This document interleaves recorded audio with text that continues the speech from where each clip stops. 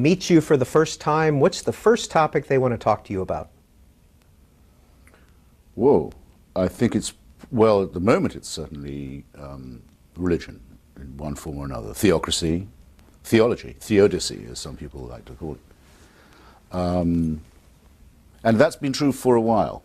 That there'd be a high chance that we would be on, be too grand to say spiritual subjects, but on the matter of whether or not we're here because of a divine plan or because we are evolved creatures. And I think you can tell a lot about somebody once you hear them say that they think they're not here because of biology, they're here because God wants it.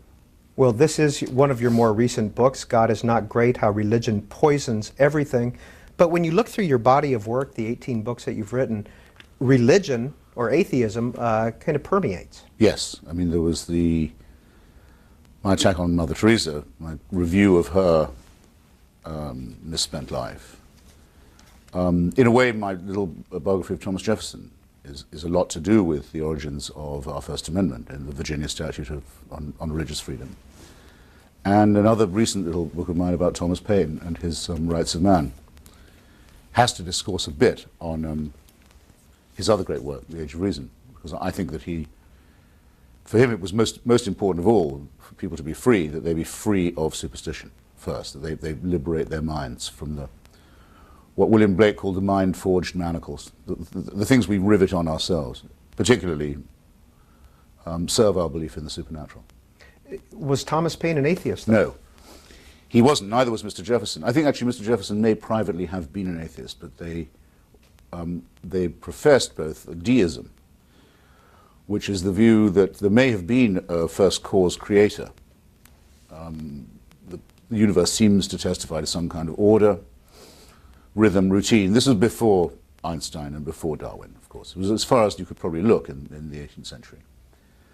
But that this God took no interest in human affairs, didn't answer prayers, didn't intervene in politics or war or anything of that kind. Quite different from being a theist, which advances the view that God has a plan for you and that he has rules that you must obey. In other words, you must claim to know his mind. A nonsensical position. Who is Mrs. Watts, Jean Watts? Mrs. Jean Watts was my nature and scripture teacher when I was 8 until I was about 12 at a little boys' boarding school in Devonshire. I'm one of those lucky ones who was sent off to boarding school at the age of 8. Made a man of me. And she was a fine old lady, a widow, with very little culture or education, but she could take us on nature walks, show us the beauties of nature. I used to be able to tell all kinds of tree, shrub, flower, plant. And then she would teach us scripture as literal truth, more or less. We'd have to go through the Bible. It's compulsory still in England to have religious education, instruction. And one day she overstepped her mark, vaulting ambition of Mrs. Watts, tried to fuse her two roles, and discussing vegetation. She pointed out that it was largely green, which you'll have noticed too, and we had noticed. And she said this is an excellent thing and proof of the glory of God, because he could have made the vegetation orange or red or something that would really clash with our eyes, whereas green is the most restful color for our eyes, and how on the whole very decent of God it was to make the trees and the flowers and the grass, not the flowers, but the trees and the grass that way. And I sat there in my little corduroy shorts and I thought, that's absolute nonsense. I don't know anything at this point. I don't know about chlorophyll. Don't know about photosynthesis. Don't know anything about evolution, of course, or DNA. Nobody knew about the double helix then. But I know in my water, as it were, I know that that's not true. If anything, it's the other way around. The eyes have adapted to the vegetation. So that was my first moment of thinking, I'm not sure I trust what the authorities are telling me about religion. And of course I thought I was the only one, as all of us do. But you find as you get older that many, many, many people have had the same experience. This is the perfect Sunday morning conversation, isn't it? Were you raised in the church? Not very rigorously. I mean, English education requires that you go to divine service at least once a year. But what about your parents? No. My father was a refugee somewhat from a very, very, very strict Baptist family with a very tyrannical, patriarchal father of his own, who I remember quite well. My paternal grandfather, a real brutal Calvinist. And my mother was from a Jewish family, originally from what is now Poland, but when they left it would have been Germany. And for various reasons didn't want to be affirmatively Jewish. I mean, wanted to pass as English. And in fact had succeeded in doing so. So nothing was inflicted on me at home, no. What did your father do? He was a career officer in the Royal Navy. He was a lifer. I think he joined a time of great poverty in his town of Portsmouth. But I think he might have wanted to do it anyway. But anyway, he left school and joined the Navy. And went around the world with it and had a very tough time in the Second World War. And I remember him once telling me that war was the only time he'd ever felt, terrible though it had been for him, he'd ever felt he knew what he was doing. That's the thing of his, saying of his that I remember the best. Where'd your parents meet? In the war in the Navy. My mother was in the Navy too. She was what we call a WREN, Women's Royal Naval Service. And they met, I think, in fact I'm sure, in Scapa Flow, which is in the Orkney Islands. It's a wonderful, wild, natural harbour. In the Orkney Islands off the north coast of Scotland, which commands the North Sea, the approaches to Iceland, and was a place where the Royal Navy used to organise convoys to go to the Russian front. Very, very hazardous business of escorting cargo ships over the hump of Scandinavia to Murmansk and Archangel, where the Nazis controlled the entire coastline and the air. Very grim job. Anyway, that's where they met. And you have one brother? I have one brother. And where is he? He still lives in Oxford, which was for a long time our family home, and was where I went to university. And he's a sort of, well, how should I describe it? He's a kind of Rush Limbaugh. No, that wouldn't quite do it. He's better than that, actually, of England. He's actually a better writer than he is a broadcaster. He's a lot on the air, radio and television, as an extreme Christian and an extreme conservative. So I guess there has to be one in every family. Are you close? No. We never were, actually. I mean, I think one reason we're not close is we're too close. In other words, we're too close in age. He must be about a year and a half younger than me, not much more, which is I've read a lot about this. It is too close. It's not small enough to be a baby brother, and it's too near to be a rival. You know, too close for comfort. We're also not like each other as personalities. He takes very much after my father, and me, I would say, more after my mother. We haven't lived in the same town for a very long time anyway. And our differences are not narrow ones. But that's not really the problem, I don't think. It's not that we have different opinions. I have lots of friends who are religious and conservative. It's just a sibling difference. Good afternoon and welcome to Book TV's In Depth. Our guest this month is Christopher Hitchens, the author of about 18 books, co-author or editor of several more. We're going to put the phone numbers up on the screen if you'd like to participate in our conversation. We're going to be here for the next 3 hours, noon to 3 Eastern Time. You can also send emails or dial in on one of the numbers divided by regional areas today, 202-737-0001. If you live in the East or Central time zones, 202-737-0002 if you live in the Mountain or Pacific time zones. BookTV@cspan.org in case you'd like to send an email to Christopher Hitchens. Every month, the first Sunday of every month is when we do In Depth. Christopher Hitchens, of all your books, what's your favorite? I think the most recent one. That may sound hucksterish, though, I've realised, because it's the one The Thomas that's Paine or The God Is currently Not Great? on sale. The God Is Not Great. I hope that doesn't sound catch penny of me. It is my favourite because it's the one that underlies all the other efforts I've made, really. I mean, and it's the one I've taken longest to write. It didn't actually take me long to write it as it now is, but I didn't start and get ready to start until I'd been thinking about it for many years. The New Testament Exceeds the Evil of the Old One is the Yes. title of one of your chapters. Yes. That's actually a very easy proposition to prove, I think. In the Old Testament, there's a lot of horror, as everybody knows. Enough horror, actually, that some early Christians thought of founding their religion without the Old Testament. Why don't we just start a new one and leave these terrible old books behind? Marcion, among the early Christian theologians, took that view, but they're stuck with it because they have to say that Jesus fulfilled prophecies from the Old Testament. So they have to wrap it around their neck. And as you know, it's full of murder, slaughter, torture, genocide,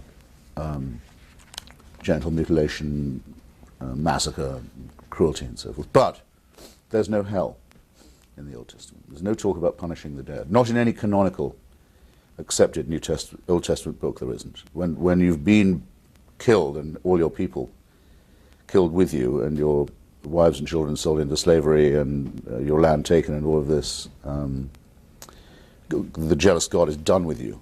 You're not going to suffer anymore. It's not until Jesus says, "Depart from me into eternal fire," that the hideous, really obscene idea that is also adopted very strongly by Islam of torturing the dead forever is introduced. So the New Testament is commonly thought of as meeker and milder than the Old, but it's not.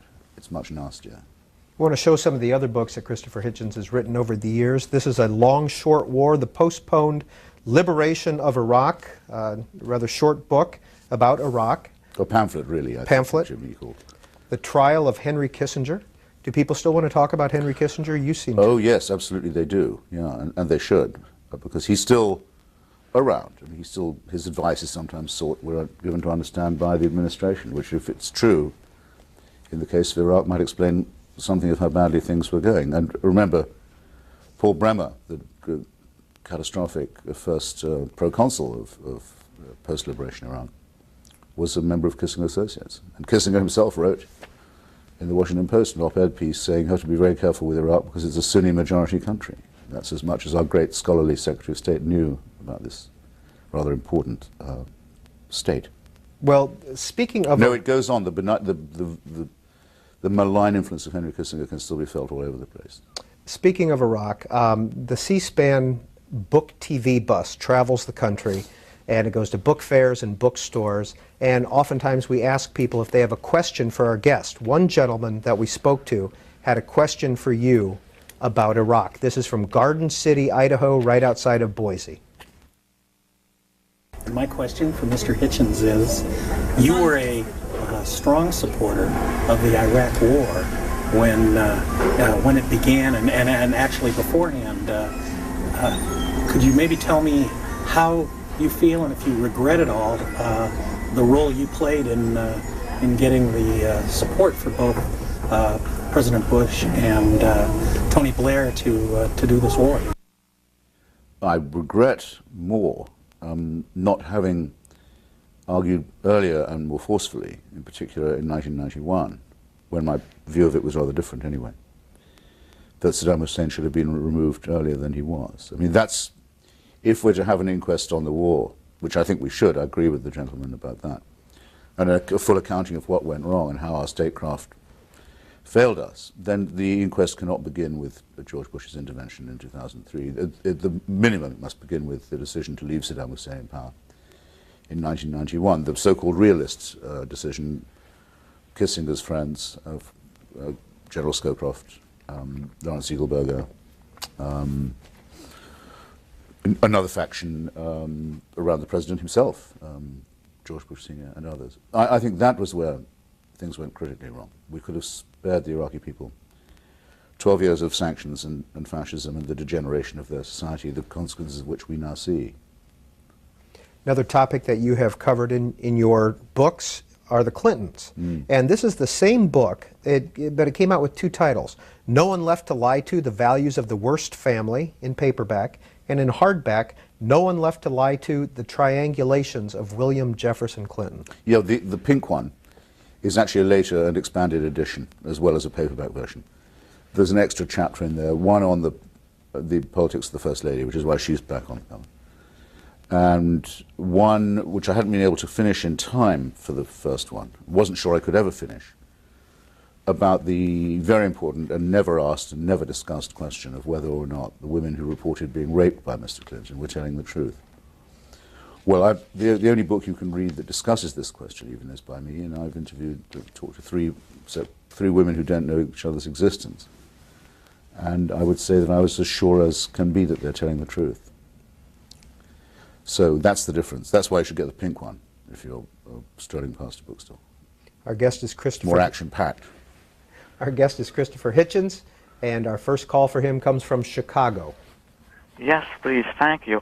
Orwell wrote of thought crimes in 1984, the final movie made by Richard Burton, just as Reagan Bushman rolled out the urine test of the trickle-down economy. Grow your own medical marijuana would bring down pharma prices, just like hemp oil would bring down petrol prices. Similarly for alcohol, is that why hemp, marijuana, and alcohol users have been persecuted throughout the 20th century? Too much of anything is bad. Small doses of narcotics have been used throughout history of medicine. Less profitable therapies have been persecuted. All right, caller, what's your point? Well, I think he's made it, actually. Okay, all right. Though in a rather verbose way. Well, I mean, if he's asking me, do I favor the decriminalization of marijuana, the answer is obviously yes, and not just for medical reasons. Though the most striking thing about marijuana is its medical properties. It's well known to help people deal with the horrible results of chemotherapy, namely intense nausea, which prevents people recovering by making them unable to digest or keep down food. And it's also, bizarrely, I don't know why this is, I'm not a physician, but it's a very useful treatment for glaucoma, which is a very damaging condition for the eyes. But I just think it's beyond the competence of the state to decide a question like this. That you can't hope for the government to be able to control what substance somebody puts in their own body. So even if I thought marijuana was a poison, I still would say, the government is not going to be able to stop people and shouldn't try. The marijuana user commits a victimless crime, and it's really horrific that we make room in our prison system for people who've done no more than that. I remember being on this show with Brian Lamb one morning with Richard Brookhiser from National Review, who said that he thought it would probably saved him during his own cancer treatment. He, as a very strong social conservative, had to just go out onto the open market and get some marijuana to get him through. Well, Christopher Hitchens has appeared on our call-in shows about 33 times over the years. We want to show you a montage of those as we take this next call from Las Vegas. I'm sorry, we're taking this next call from New York City. Hello. Hi. Hi. Mr. Hitchens, in Martin Amos's memoir, Experience, he recounts an episode in which the two of you are driving and something happens and there's a laughing fit that's so overwhelming you have to pull over and sort of weep with laughter. Mm-hmm. But he doesn't detail what you guys were laughing at. Do you care to share it at this point? No, I can't. I'd love to. I can't do that. Why? What a disappointment. Well, I don't have Martin's permission. Who is Martin Amos? Martin Amos is a very brilliant English novelist and essayist, and is the son of Kingsley Amis, who I'm sure a lot of your viewers will know or will have read. Also, isn't printed enough in the United States, but I think almost everyone has heard of Lucky Jim, his great classic comic novel. And Martin is my oldest and dearest friend, and we've been best man at each other's weddings and godfathers to each other's children, and know everything about each other. And I'm afraid it was one of those things that we were laughing about. And I can't do it on a Sunday morning to a family audience anyway. Well, in 1999, this is what Martin Amos had to say about you. Christopher's always taken up unpopular positions. He likes the battle, the argument, the smell of cordite. Well, I don't mind that being said at all. I guess it's probably true. The smell of cordite makes me sound perhaps braver than I am. Well, according to your wife, Carol Blue, there's a whole tough guy, I am violent, I will use violence, I will take some of these people out before I die talk, which is really key to his psychology. I don't care what he says. I think it is partly due with his upbringing. Yes, I remember wishing she hadn't said that to someone who wrote my profile in the New Yorker, because as most people I think anyone who knows me knows, I actually don't talk like that. But I think what she was trying to say, and I'm actually not sure how accurately she was quoted, to be absolutely honest with you. But it is true that coming from a naval and military family and background, There may be something in me that I don't see myself that wants to live up to my martial forebears. I think that's quite likely. But it doesn't take the form of talking out of the side of my mouth and saying, "You're looking at me." I'm not like that, as you know. Besides being your wife, who is Carol Blue? Well, what else does she need to be? She's a young lady from California, fourth or fifth generation Californian, I think. Was at the University of California, Berkeley. Worked for the Los Angeles Times for a while. Did some work in the screenwriting business in Los Angeles. Probably hasn't ever quite forgiven me for making her move to Washington, D.C. And where did you meet? In Los Angeles during a book tour of mine. And she's in '89. And second wife? Yes. Who was your first wife? My first wife was a lady, I suppose still is, I can't say was. You can't, if you've had children with somebody, you can't really get divorced from them, in my view. Is a lady called Eleni Meliagru, a Greek from Cyprus, who I met during the time I was preparing to write my book on Cyprus in the 70s. I still lived in England at that point. And we were married in, must have been 1981. And lived in Washington for many years. We have 2 children born here, Alexander and Sophia. They have now, since then, moved back to London. And you have 3 children altogether? And Carol and I have a daughter called Antonia. And how old are your 3 children? Alexander is 23. Sophia and Antonia will both this month be respectively 18 and 14. Why is Cyprus important? So I have 2 teenage daughters. Are you close? Ask them. Yeah, I don't think they know how much I care about them. And that may be partly my fault, because if you're a self-employed writer, there's a tendency always to feel guilty any time you're not working, because you never quite know when you've stopped, because you don't have office hours or an employer or anything like that. And I know that sometimes I must seem a bit distracted to them for this reason, and I'm sure I'll regret it. I already do in some ways. What are your strengths? But they won't be watching this, so I can safely say that they ought to know. They probably do know how strongly I feel for them. What are your strengths as a parent? Well, I can cover the bills, I think, and I can. I'm not bad with the friends they make or bring around. I think they don't think, "Oh Christ, I can't bring so-and-so home because, you know, Daddy would be so embarrassing." I have a feeling that bit's all right, which I think is important. I can sometimes make them laugh. I can sometimes help with homework, as long as it's nothing to do with math or science. I can do that, and enjoy doing it. And when they needed it, which they've long since ceased to, you think I was quite a good reader aloud as well. This is your book on Cyprus, Hostage to History, Cyprus from the Ottomans to Kissinger. Why is Cyprus important? Well, it's important to me because it's a small republic, well under 1 million inhabitants, a peaceful, democratic population, with no chance of ever threatening anybody else, and no ambition to do so. Just at the eastern end of the Mediterranean, guarding the approaches to the Suez Canal, roughly, and the coast of Israel, Syria, Lebanon, and just under the great stomach of Turkey. Though its inhabitants are majority Greek, Greece is quite a long way away. It's never been politically part of Greece.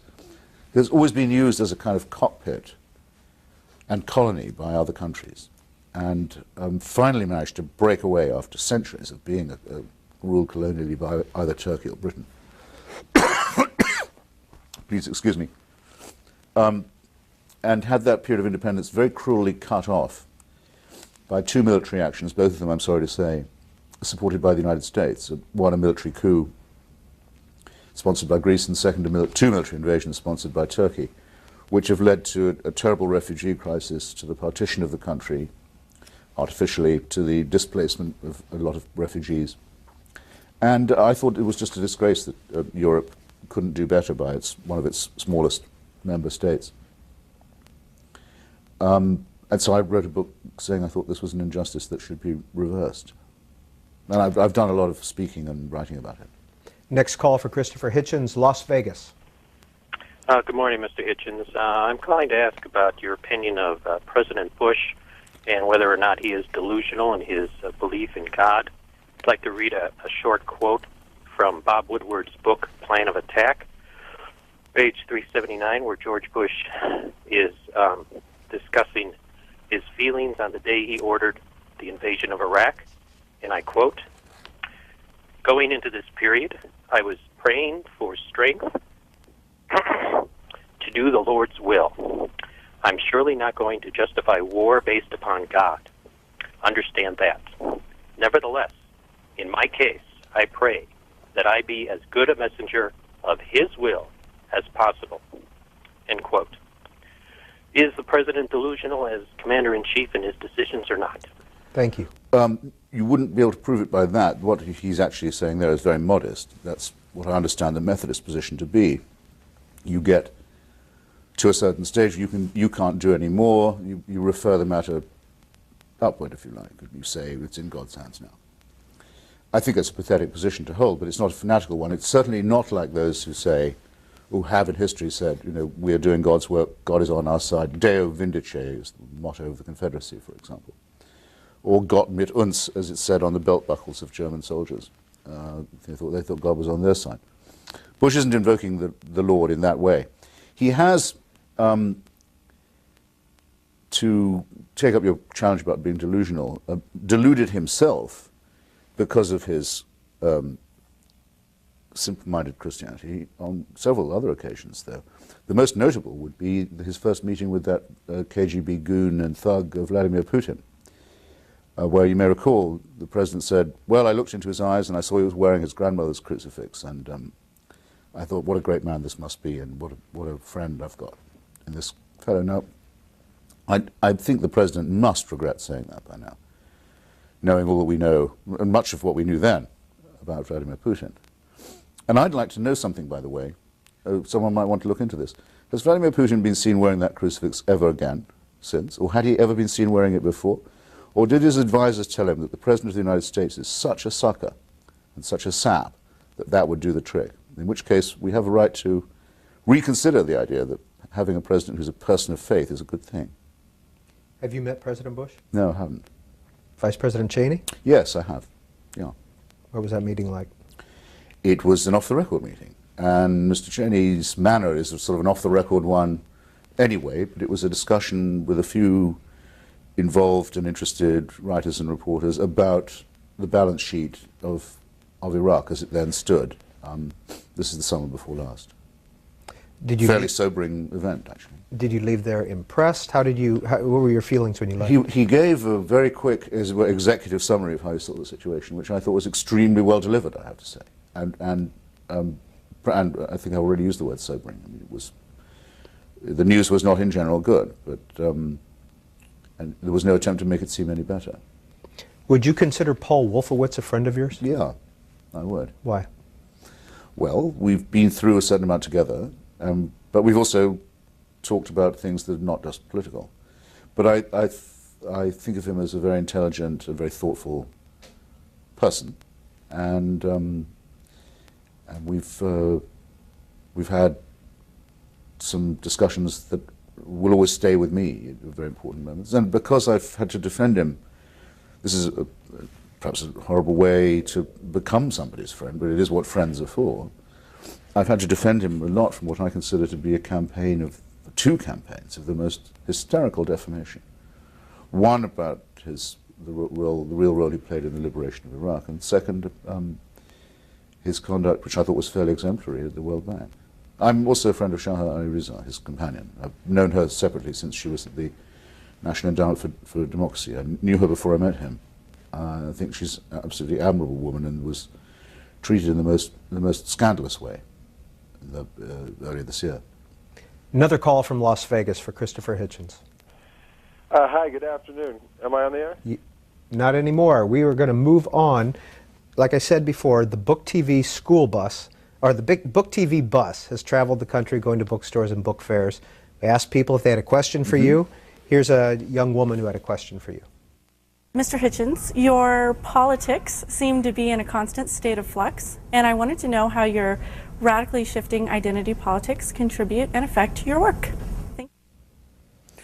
Identity politics, I don't think I have any of.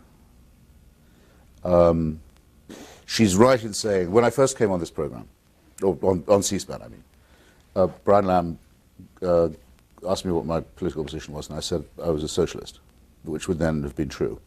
And he looked politely incredulous about this. And every time I came on subsequently, he would always say, "Are you still a socialist?" And I would always say, "Yes, I am," more or less determined as time went by not to let him, have the satisfaction of hearing me say no. There did come a time when I was writing my book, which I see you've kindly got here, Letters to a Young Contrarian, when I found that that definition had slipped away from me somehow.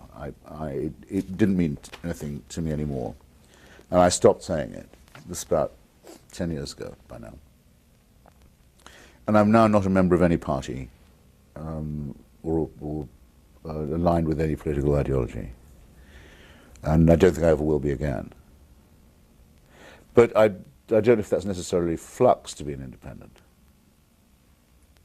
There are times when I miss my old left allegiances, like a missing limb I once wrote, maybe over-dramatizing it a bit when I do. And I'm not ashamed of them. I would do most of what I did and said. I'd do it again, sometimes more.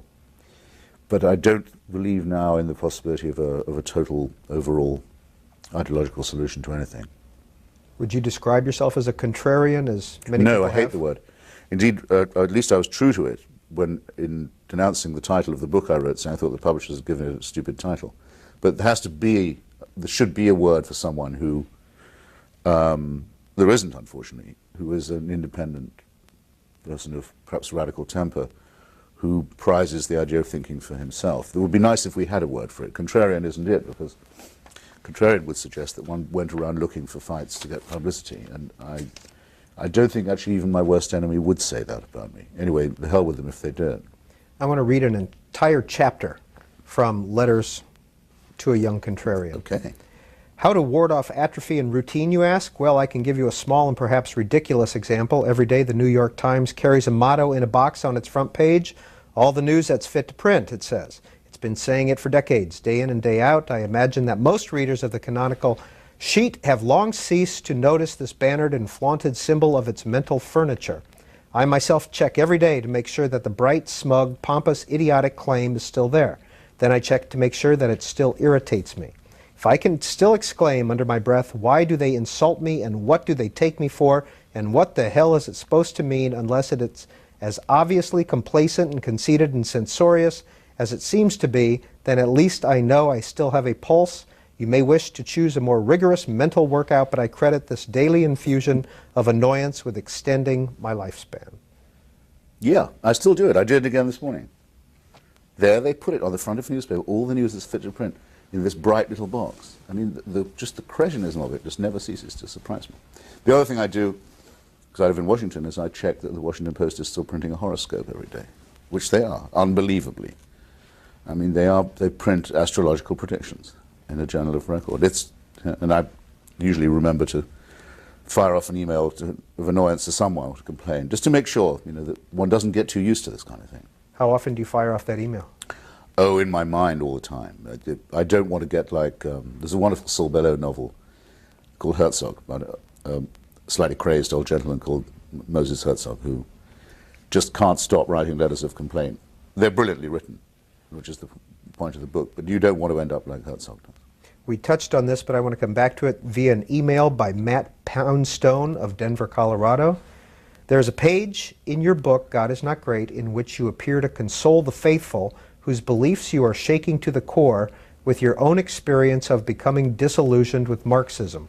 From this passage, it sounds as though you really lost your faith later in life as a leftist rather than in the green fields with your teacher as a boy.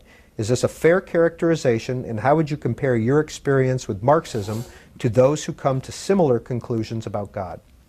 Well, it's an excellent question, by the way, and I'm grateful to Mr. Poundstone, but I just have to differ with him on the grammar of his question. Namely, Marxism is not, in this sense he implies it or analogizes it, a faith at all. It's a method of thinking, which used to claim to be scientific. Well, did claim to be scientific.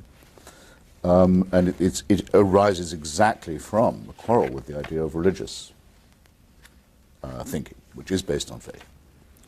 So it just isn't to be compared with a religion. Of course, the communist systems and parties were sometimes compared to churches because of the way they evolved, the dogmas that they assumed, the witch hunts that they carried out, the heresies that they condemned, the miracles, mainly economic, that they claimed to have created, and so forth. And there's some truth to that. But I never had any illusion in that to lose. It's just that I found in the end that the word socialist didn't describe a thinkable future to me anymore. It wasn't a crisis of faith or a dark night of the soul. Honolulu, you're on with Christopher Hitchens. Yes, good morning. It's very excited to talk with you this morning. I'm very curious about how you have been able to write the book that you've written and walk through the talk shows, especially on the conservative right, and not become the real target of bashing, I guess, is the most simple way to put it. You seem to be able to remain at least a neutral party as you walk through this. And also, as a two-parter, how do you feel about some of the interviews that you have and some of the debates that you have with people that are so opposed? Do you develop different opinions of them as you listen to their arguments and the way they respond to you? And thank you very much. I really enjoy you. Oh, please, thank you. Well, I asked my publisher when we started with the book to make the book tour as far as possible go through the southern portion of the country instead of the traditional book tour, which tends to be New York, Chicago, San Francisco, Seattle, LA, and so on, but to take it to what people think of as the heartland and try at every spot and at every stop to have a debate, challenge somebody, ask the locals to sort of bring out their best advocate for religion. And in a remarkable number of places, they did do that. And we had some extremely strong, and I think often quite amusing and entertaining public events, some of which were broadcast. And I have to say, first, that I was very impressed by the general courtesy of people to be willing to have someone come in their midst and challenge their dearest beliefs and reply politely. Christianity Today, for example, asked me to be on its website for an online debate that went on for about 8 weeks, which was very hospitable of them. Hugh Hewitt, who is probably the conservative host you have in mind, or was one of them, has had me on for a very, very long time, 2 hours, perhaps 3, with, in one case, a Catholic teacher at Annapolis, a naval college, a literature teacher, and in the other case, a man in holy orders from the Presbyterian Church in Orange County. So, not bad, really. But I hope it doesn't sound churlish, having said all that, if I say that I didn't encounter one new argument, or argument that made me think, I wonder what the answer to that is. That may also sound very complacent of me to say. I don't know if it does. I hope not. Because I do try and look for the weaknesses in my own position, and I will, if I'm challenged by a new point or a new argument, I will force myself to think about it. Then I realized, of course, well, how could there be any new arguments? I mean, this argument is a very old one. There shouldn't be any novelty in it. But if you see what I mean, it's impressive to me anyway to hear people repeating arguments that they very often don't know were discredited centuries past. This is The Missionary Position, Mother Teresa in Theory and Practice. And this is a recent article from the New York Daily News, Mother Teresa's Shocking Struggle. What was your reaction to her crisis of faith? I've written an article that's in the current Newsweek about it, which if you'd like to check, or if anyone is more curious, and it's already up on their website, I believe. Well, I think it's actually extremely interesting because it shows that for very nearly 50, the last 50 years, last half century of her life, she really couldn't make herself believe in the presence of Christ in the Mass, the Eucharist, which is the central tenet of Catholic faith, almost the sine qua non, and that she felt that when she prayed there was no one listening and there was nothing happening there. My theory is that because this happened just after she got what she wanted, which was to let the church allow her to run her own order. She was a very ambitious woman. The church used to suspect her of ambition and pride and overzealousness. It was just after she got permission to start in 48 or so that she had this meltdown. And I think the whole life that people think they admire so much, of her endlessly working herself to death, apparently, her tremendously ostentatious austerity, professions of poverty, almost masochistic, all of this turns out to be nothing but an attempt to drown out the demons. And the church knew very well that this woman who they were using because she was such good publicity didn't really believe a word of it. So I think it was very cynical on their part. What kind of reaction did you get to the missionary position? Overwhelmingly positive, to a surprising extent, because a lot of Catholics know that there's a danger of fanaticism and excessive zeal, and it's the greatest danger the church has ever had to face. And she was a perfect example of it. I'll give you an instance. The church, everybody knows, regards the unborn child as a real thing, as a person, so to say, and abominates abortion. As a matter of fact, that's my own view as well. I think the concept unborn child is embryologically correct, and that's what it is. I think abortion is abhorrent and should be avoided wherever possible. But Mother Teresa, when she got the Nobel Prize for Peace, went to Stockholm. You have to make a speech. You can't just pick up the check. You've got to say something. It has to be about peace. She said, I've discovered the greatest threat to world peace. The greatest threat to world peace is abortion. Now, nobody thinks that. It's impossible to think that. That's a crazy thing to say. It's beyond fanatical. The church doesn't demand it of you. People will think, good God, the woman's gone round the bend. That's what I mean. Christopher Hitchens, I want to show you this picture. Oh, and then the second thing, is this. It's very important. People misunderstand it all the time. She was not a friend of the poor. She was a friend of poverty. She liked poverty. She thought it was good for people. She told people to think of it as a gift from God, and she made sure that they stayed poor because she preached against the only thing that can abolish poverty, which is the empowerment of women. Give women some control over their own reproductive cycle, particularly with contraception. Give them a chance to get off the wheel of a husband who forces annual pregnancies on them, many of which are going to die. You do that, you can raise the floor of the poorest village in Bolivia or Bangladesh. She spent all her life trying to make sure that could not happen. So a lot of people are much poorer and much sicker and much less well educated and much less happy than they would have been if she had never come on the scene.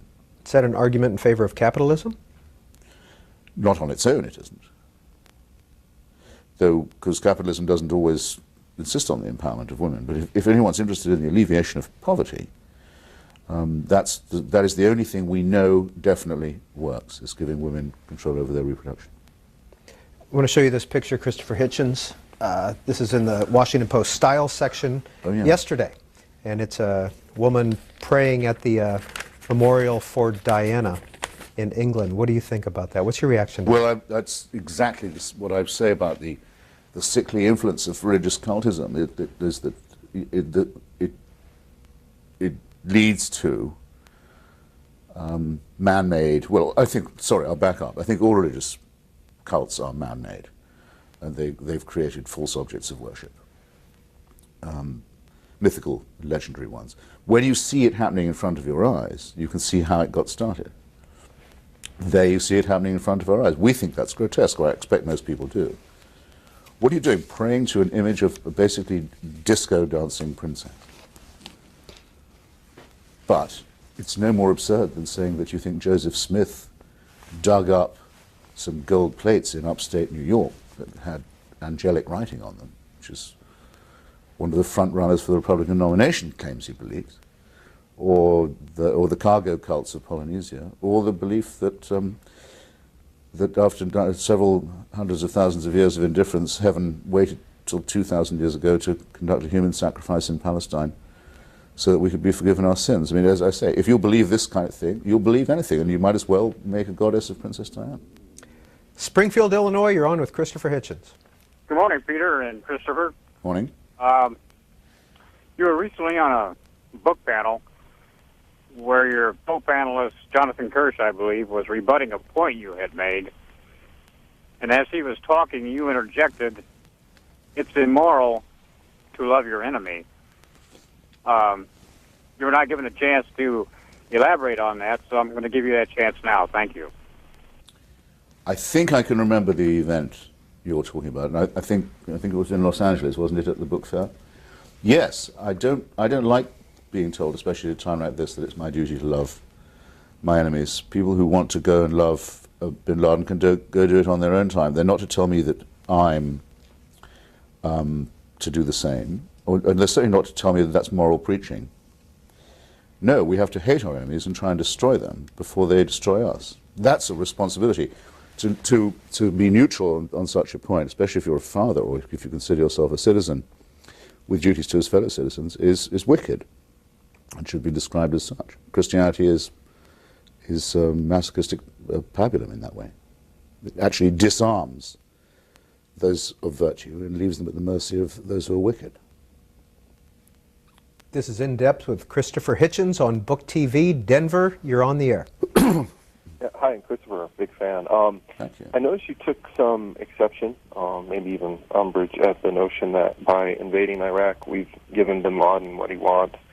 And I wonder if you'll admit that the problem people maybe were trying to articulate with that statement is that the more or less secular or more or less civilian population of that region might become a larger substrate for these fundamentalist wackos like bin Laden when their civil society is destroyed and they're thrown out of work and their homes and maybe even their families are turned to ash.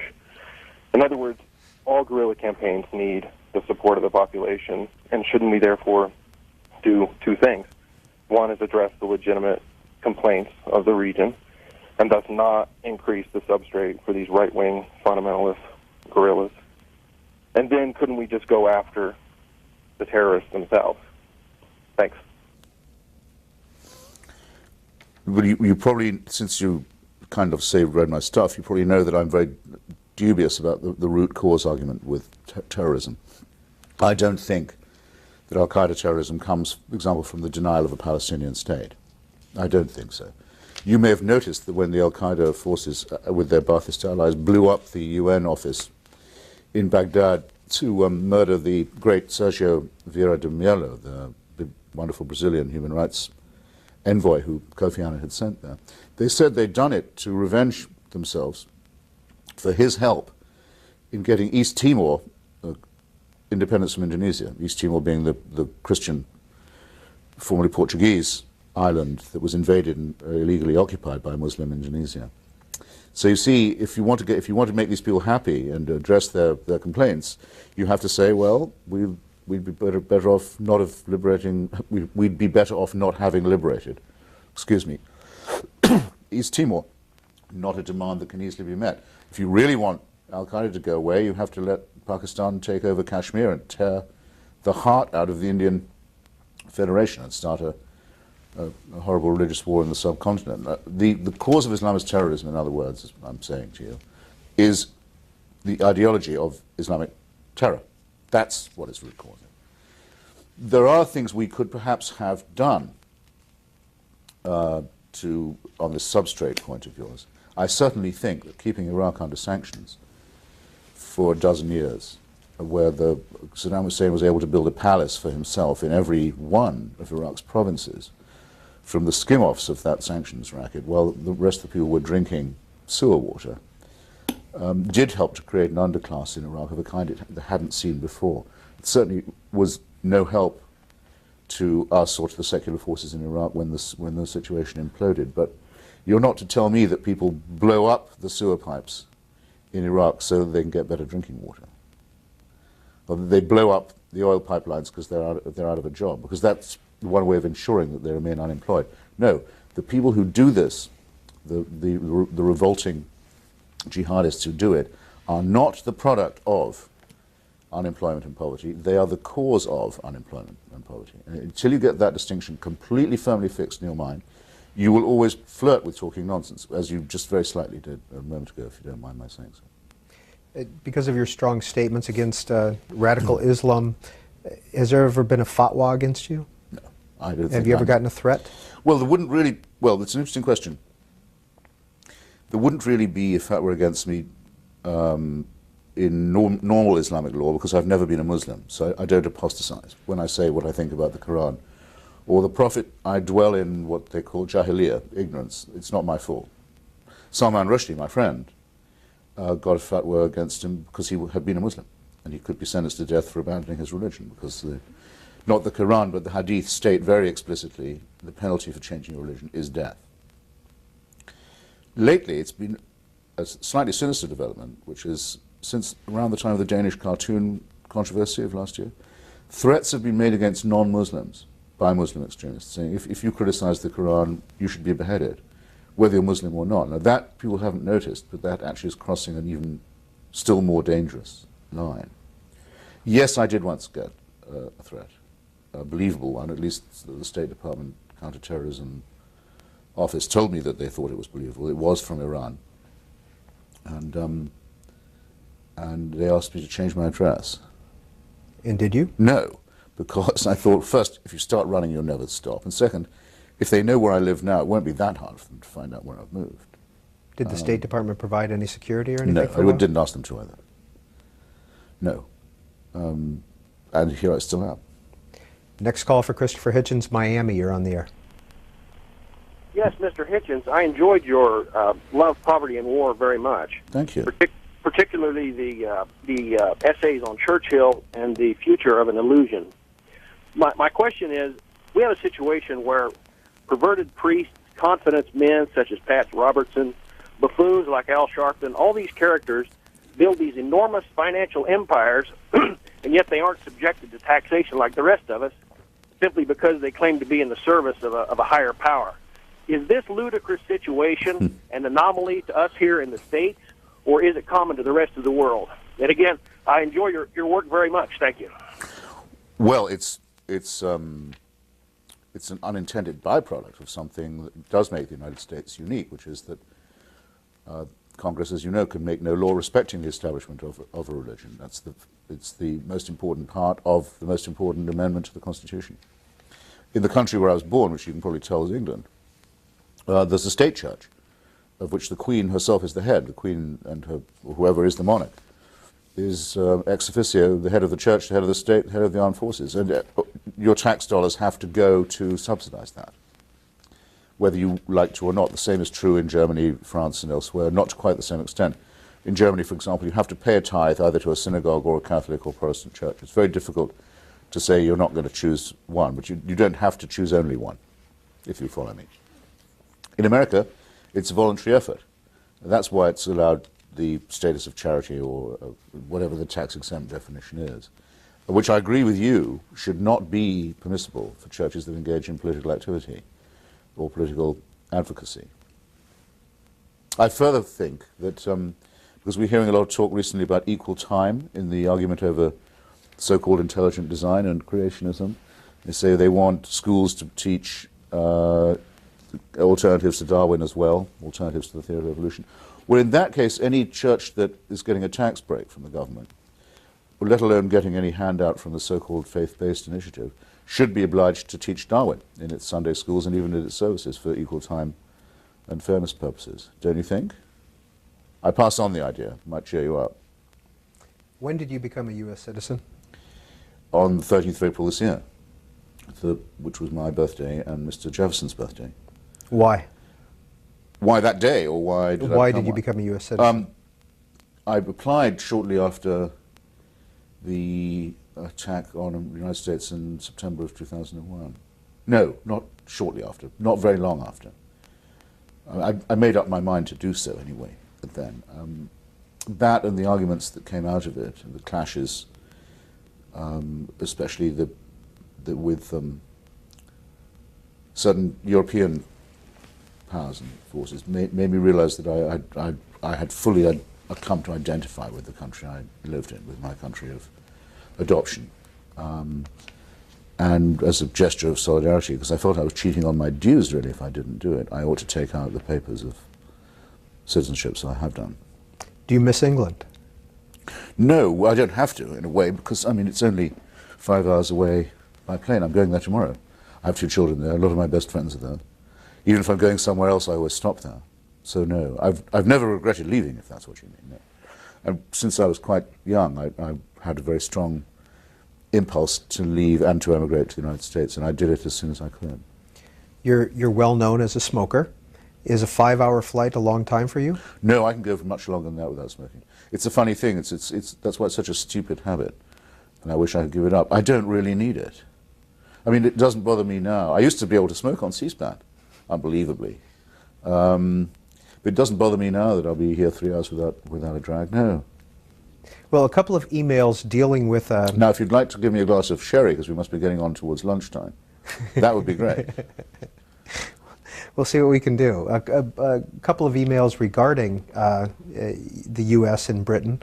Please ask Mr. Hitchens to discuss the differences for him in working, writing, communicating in the U.S. as opposed to the U.K. and the rest of Europe. Please ask him to focus on the intellectual and political environment. That's from Sarah Abraham in Philadelphia. And then from Mary Stazer in Oak Harbor, Washington. I have a feeling that British intellectuals come to the U.S. because they see us as easier to influence than the population in Britain. This would make their intellectual life more appealing and their sense of achievement more immediate than if they stayed in Britain. Why is it that we draws the likes of Simon Schama, Christopher Hitchens, and Andrew Sullivan to the life in the U.S.? I might add that I am terrifically happy to see them here. Well, you wouldn't always have necessarily guessed she was going to end up like that. Well, first to Miss Abrahams. The world I live anyway is pretty much an Anglo-American one. I mean, for example, most of my books are published simultaneously in London and in New York. A lot of the magazines we all like, people like me write for. The Atlantic Monthly, in my case, for example, Vanity Fair, very conspicuously, which has a special English edition. The magazines like the Times Literary Supplement or the New York Review of Books are effectively co-produced by British and American academics and intellectuals. You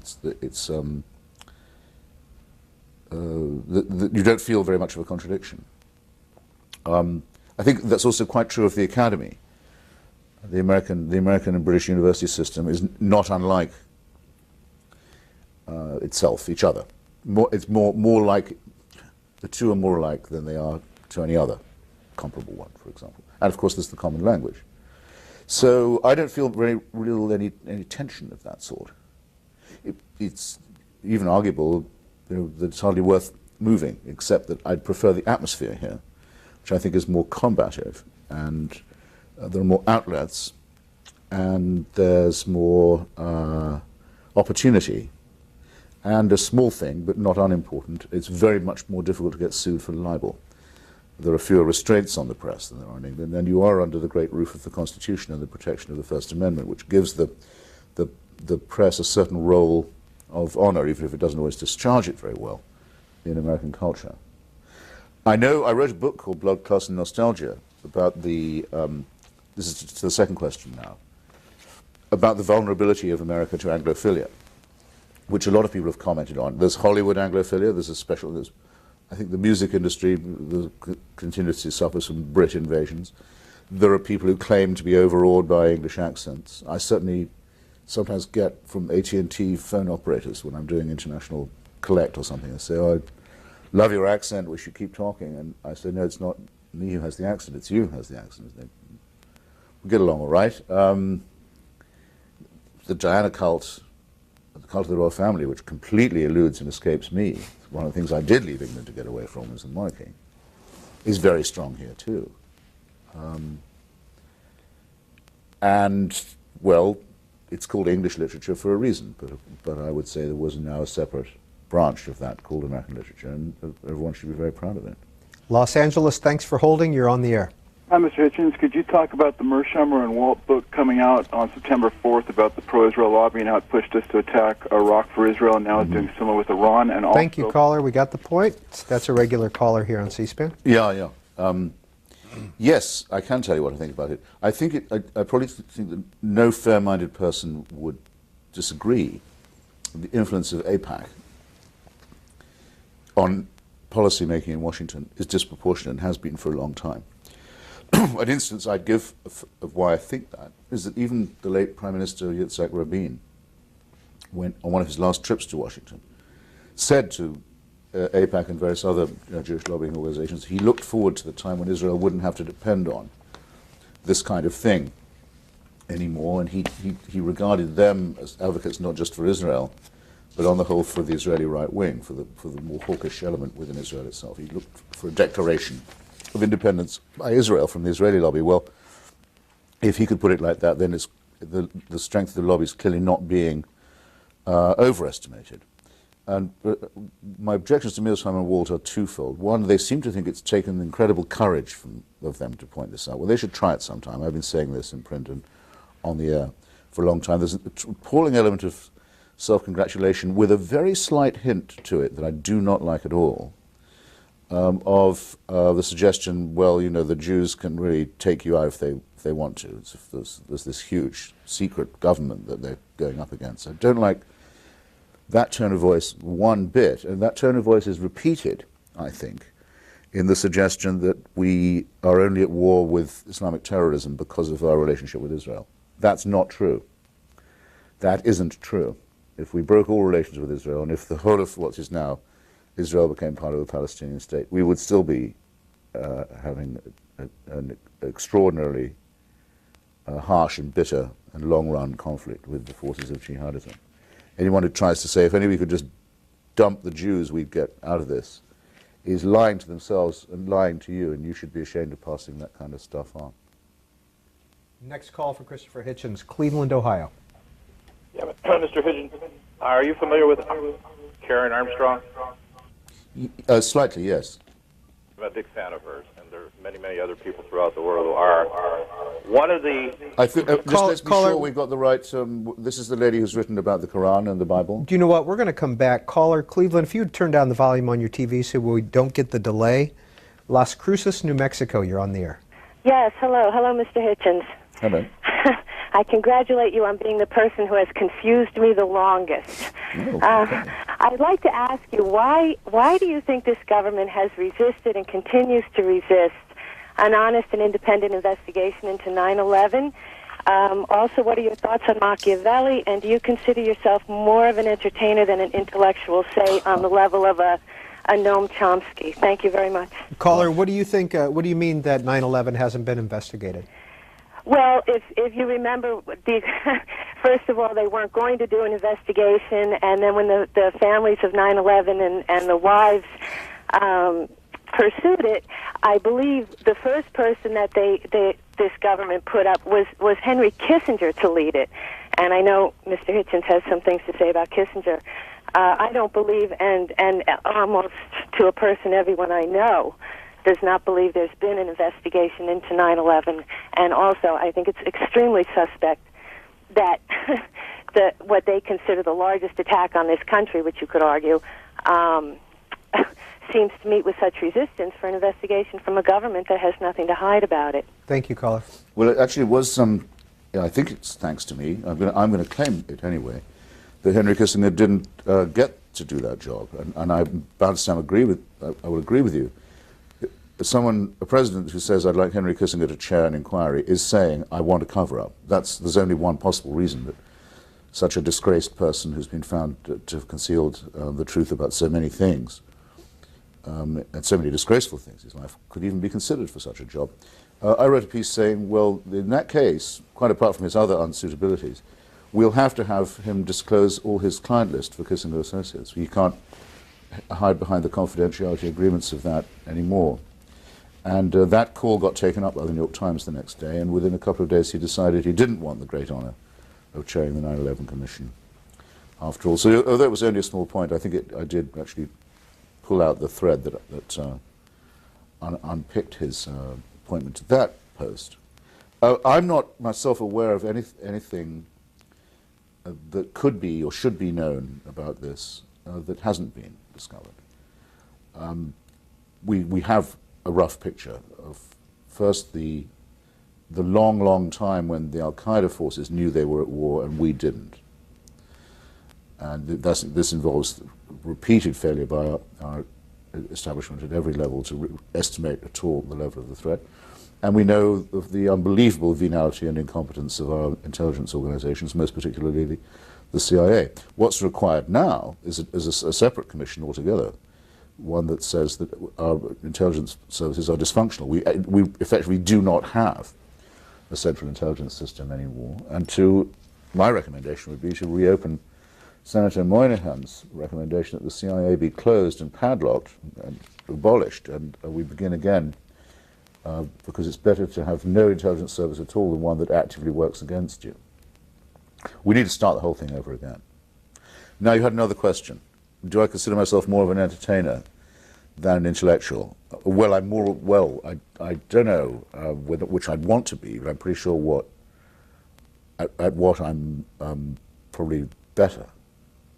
And I'm much better at stand-up comedy and telling limericks and doing karaoke than I am at any of the other stuff.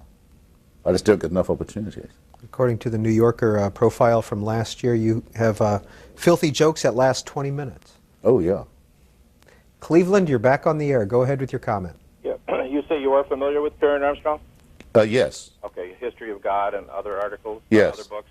I think what I really appreciate about Karen Armstrong's books is that she's so completely objective when she looks at the history of God or religion. And the bottom line is, I don't think God is the problem. I think man is the problem. And what's so interesting when you read her books and see the parallels of earlier history, earlier religions, earlier men, countries who combined the two, how all the mistakes and tragedies came about. And bottom line, what she says and other interpretations of her writings is basically it's still the good old golden rule. And I think when you take an attitude that you take, which is so negative, you keep encouraging this us against them again. And it's not that. God is good. It depends on how you're going to, as long as you use them for good and not for bad. Well, I disagree with you from the very first thing you said about Ms. Armstrong's objectivity. I think you're mistaking her objectivity for her willingness to take religion more or less at its face value. I've read things by her that describe stories from the Quran and the Bible as if they actually occurred, with no evidence that any of them did. You improve your argument when you say that the problem is man, because after all, God is a man-made invention. But then you can contradict yourself by saying God is not bad in himself.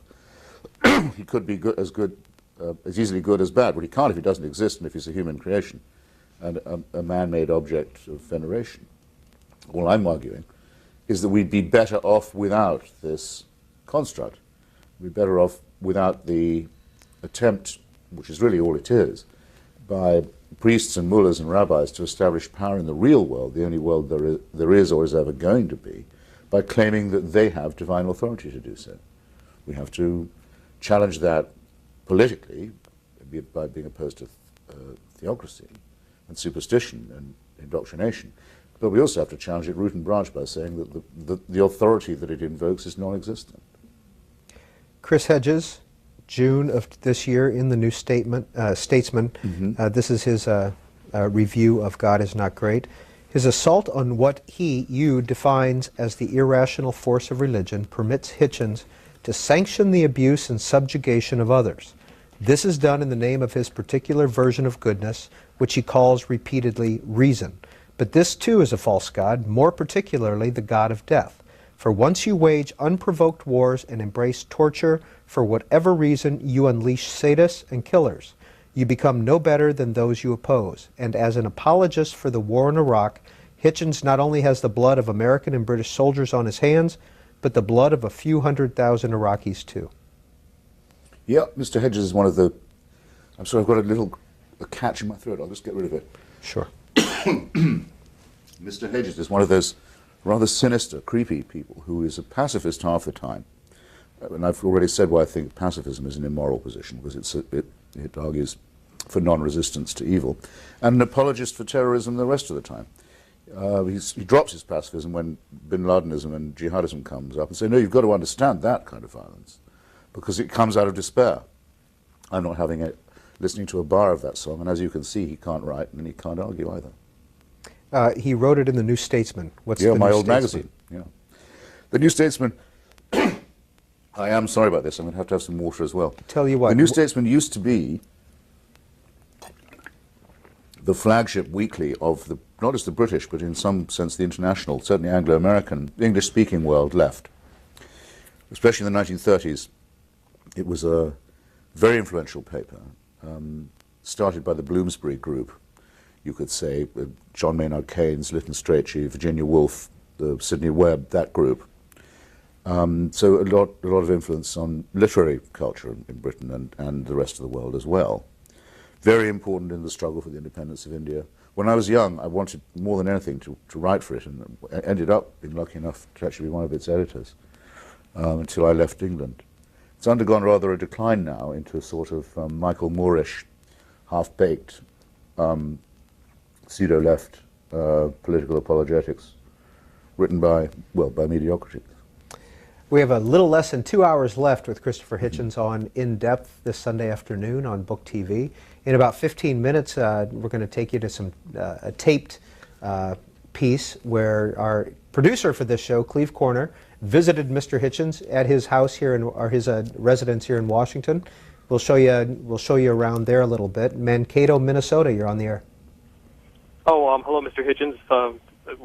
Admire of your efforts, particularly your literary essays, which I think are perceptive and downright witty. Huh. You've introduced me to some new authors, including Buchanan and Greenmantle, and I'm wondering if you care to elaborate on some authors that influenced you, or authors that you currently admire. Oh yes, well, thank you. And I thank you. Well, no, I mean, and not that I want to dodge any political questions that people have for me, but I was hoping for a slight break from politics, if possible, because it's only about half of what I do, and I do try and interest people in discussions of modern writing and literature. In my own case, there are various kinds of influence. There's the literary influence that makes one want to be a writer, and then there are the influences that teach you what kind of writer you might possibly choose to be. I don't know where to begin as to say which was the most influential author. I can remember the dystopian writers, Aldous Huxley, Brave New World, George Orwell, 1984, Arthur Koestler, Darkness at Noon, had a big influence on me when I was about 14, 15 in the early 60s. All of Orwell's work eventually had that effect on me. In a completely different vein, the work of P.G. Wodehouse and Evelyn Waugh, the great comic geniuses of Britain. I'd probably reread most of that at some point every year, over the course of the year. A writer called Conor Cruise O'Brien, 90 this year, amazing man, Irish diplomat, Irish politician, Irish essayist and academic, wrote a book called Writers and Politics, which I read in 1967 when I was teaching at a little school in England. And I remember thinking very, very distinctly that I'd like to be able to write like that and on topics of that sort. If you get hold of Writers and Politics, you'll see what I mean. I'm sorry I'd have to go on for so long answering this question properly that I would bore everyone, including you. But the advice I could give people, and the advice I try and follow myself, is continue to test yourself against newer and better, or if you like, older and better writers. But keep expanding your library and your horizons so that you'll keep on being forced to ask yourself the question, why do I bother? Read people who make you feel ashamed to be mentioned, even in the same breath. Vladimir Nabokov, for example, makes me feel like that. Saul Bellow sometimes. I think, I'm not fit to read these people. We showed a list of some of the favorite writers that you submitted to us while you were talking. I meant to put Conor Cruise O'Brien on that, so I'm glad I got a chance to mention him now, because I remember being annoyed I'd left him off. A couple of books that you've either that you've edited or written, Left Hooks and Right Crosses, A Decade of Political Writing. Some of the writers that you include in here, Susan Sontag, Tony Kushner, Tucker Carlson. Yes.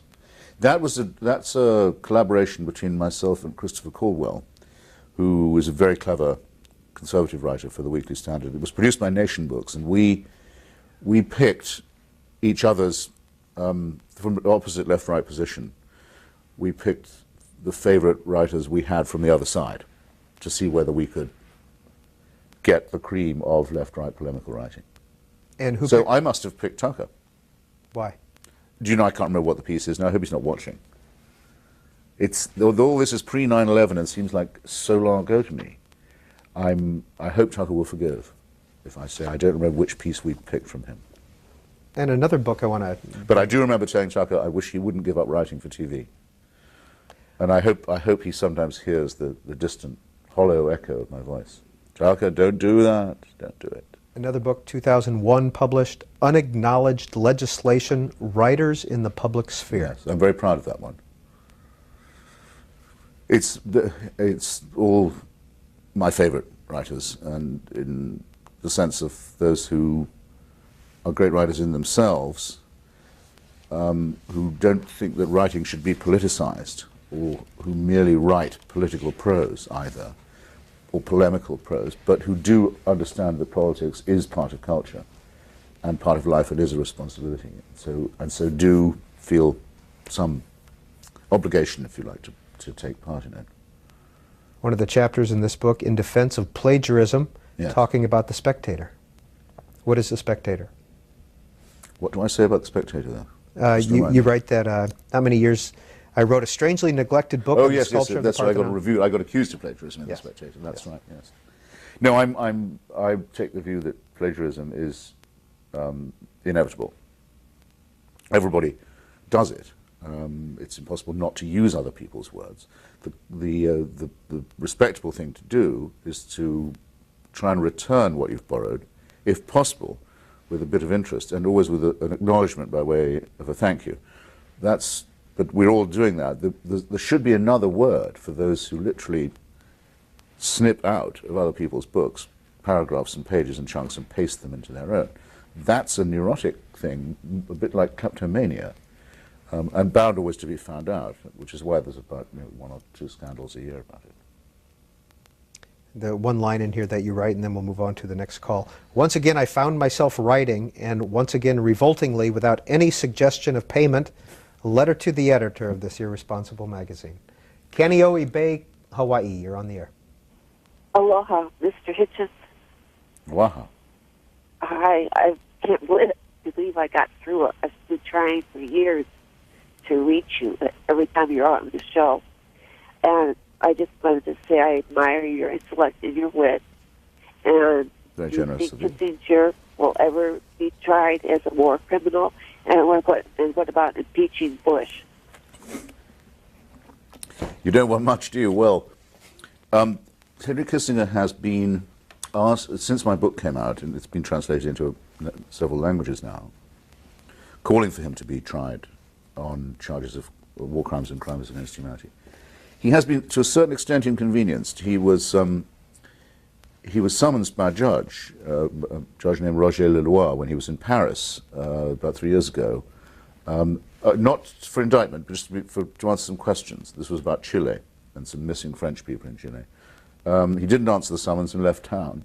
He's been asked to answer questions also on very grave allegations of human rights violations from judges in Argentina, Judge Rodolfo Corral, and in Chile.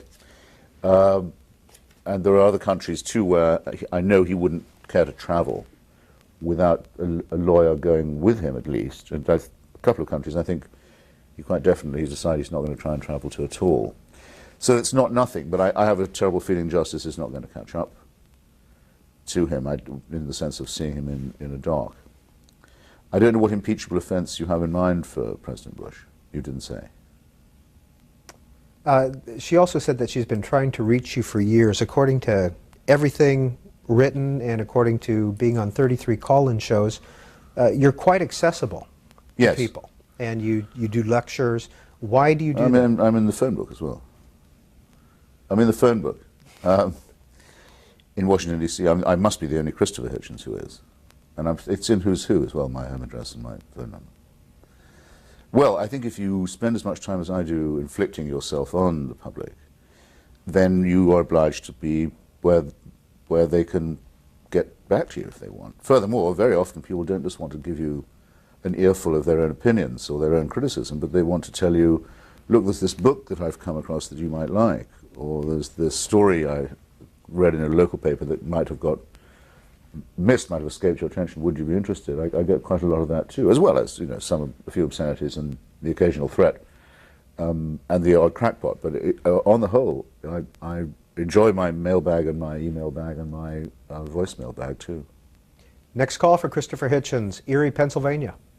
Hi, good afternoon, gentlemen. I have a question. While I agree with Mr. Hitchens that certain religions have misused the interpretation of what God wants, and they kill and they behead, I'm wondering, doesn't he think that there are certain parts of all faiths that have good secular responsibilities to keep order in the society? For instance, marriage. For 4,000 years, marriage between a man and a woman committing to each other and then to their children has been the best social tradition to keep families and then societies healthy. And when we abandon that in the 60s in our country, we see that, we have 400,000 dead of HIV and many other STDs. We have youth growing up without fathers, and we know that 70% of the men in prison came from homes with no fathers. We have a lot of instability with secular, godless traditions. So I'm wondering if, in his estimation, which if he says, that all religions were man-designed, well, anything he comes up with, obviously, is designed by man also. So what would he do to keep a secular but incorporate things like not stealing and not murdering and marriage is good for society in whatever his new religion would be? Okay, good. I mean, except for, again, I'm sorry, I just have disagreed very slightly from your premise.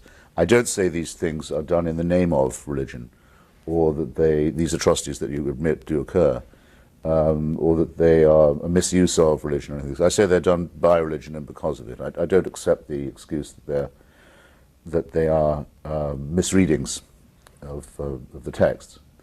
But you catch me out quite neatly when you say, if it's a criticism to say that religion is man-made, then what of any other man-made proposal? Well, all I say is we shouldn't delude ourselves, that we shouldn't pretend that we are not evolved mammals, that we should not. It's grandiose and delusional to say that there's a divine plan for us and that our sins can be forgiven us and so forth. But I also think it's immoral, because in such a case, what's the incentive to find out what virtue is or what the good would be if your responsibilities can be taken away from you and dumped onto a heavenly dictatorship? I think you'll find that almost all societies do evolve a form of marriage, and always have done, and always will. There have been bad times of fluctuation, but after all, the crisis in the American marriage seems to have come out of a period when religion had it all its own way in the United States. So you can't blame me for it. I mean, it seems that there are other forces at work. The golden rule, which a previous caller mentioned, in other words, that one should treat others as one hopes to be treated oneself, even though it's a bit of a tautology, is a reasonably good and unhysterical moral guide, and it's one that everyone can understand. My challenge, the way I've been putting it in my various debates around the country, is this. Think of a good action performed, or a right action performed, or a moral statement made by a religious person that could not have been performed by a non-religious person, a non-believer. I don't think you can come up with one, but I'll let it sink in. I haven't yet had an answer to that challenge. But if I ask everyone who's watching this or listening to it, can they think of a wicked thing done, an evil thing done or said because of religion, because of their faith by a person of faith, nobody has to hesitate for a second. Everyone can think of it. I rest my case there. Raleigh, North Carolina. Hello, thank you very much. I'm looking forward to your presentation at the upcoming Atheist Convention in Crystal City, Virginia, at the end of September. My question is, do you think the growing atheist movement will eventually gather enough momentum to elect professed atheists on a national level, and are there any lessons we can learn from our European counterparts? Thank you very much. Well, by national level, I mean, I think that's already happened. I mean, the people like Professors Richard Dawkins or Daniel Dennett are, I would say, pretty much national figures now, at least among educated people, if that doesn't sound snobbish. It isn't meant to. Actually, I think one could say they're national figures even in the world of celebrity, if you have people who are well known. So that's a start. If you mean at the political level, yes, it's problematic, but I think the opinion polls that we get played back to us all the time are entirely false. I don't think people are telling the truth about the level of their own belief or the level of their own dislike for unbelief. I think all the evidence is that there's quite a change in the zeitgeist away from ostentatious religious belief at the moment. Part of that's to do with the collapsing scenery of the Bush administration. Hideous things like the religiously motivated interference in the private life of the Shivo family, for example, or the other sort of faith-based follies of some of the president's rhetoric, irritating habit of saying, God bless America at the wrong moment. Small things like that. The terrific menace of jihadism that everyone understands. The abuse of American aid by Israeli settlers to try and bring on the Messiah on the West Bank, try and bring on an apocalypse. A whole cluster of things, I think, that have made the atmosphere a lot more hospitable to those who are prepared to say, you know what, I don't think that God is taking an interest in our quarrels at all. I think we'd be immediately nearer to solving them if we made that assumption. And there is no case where a secular society isn't superior to a theocracy. You can read it off as if it was a graph.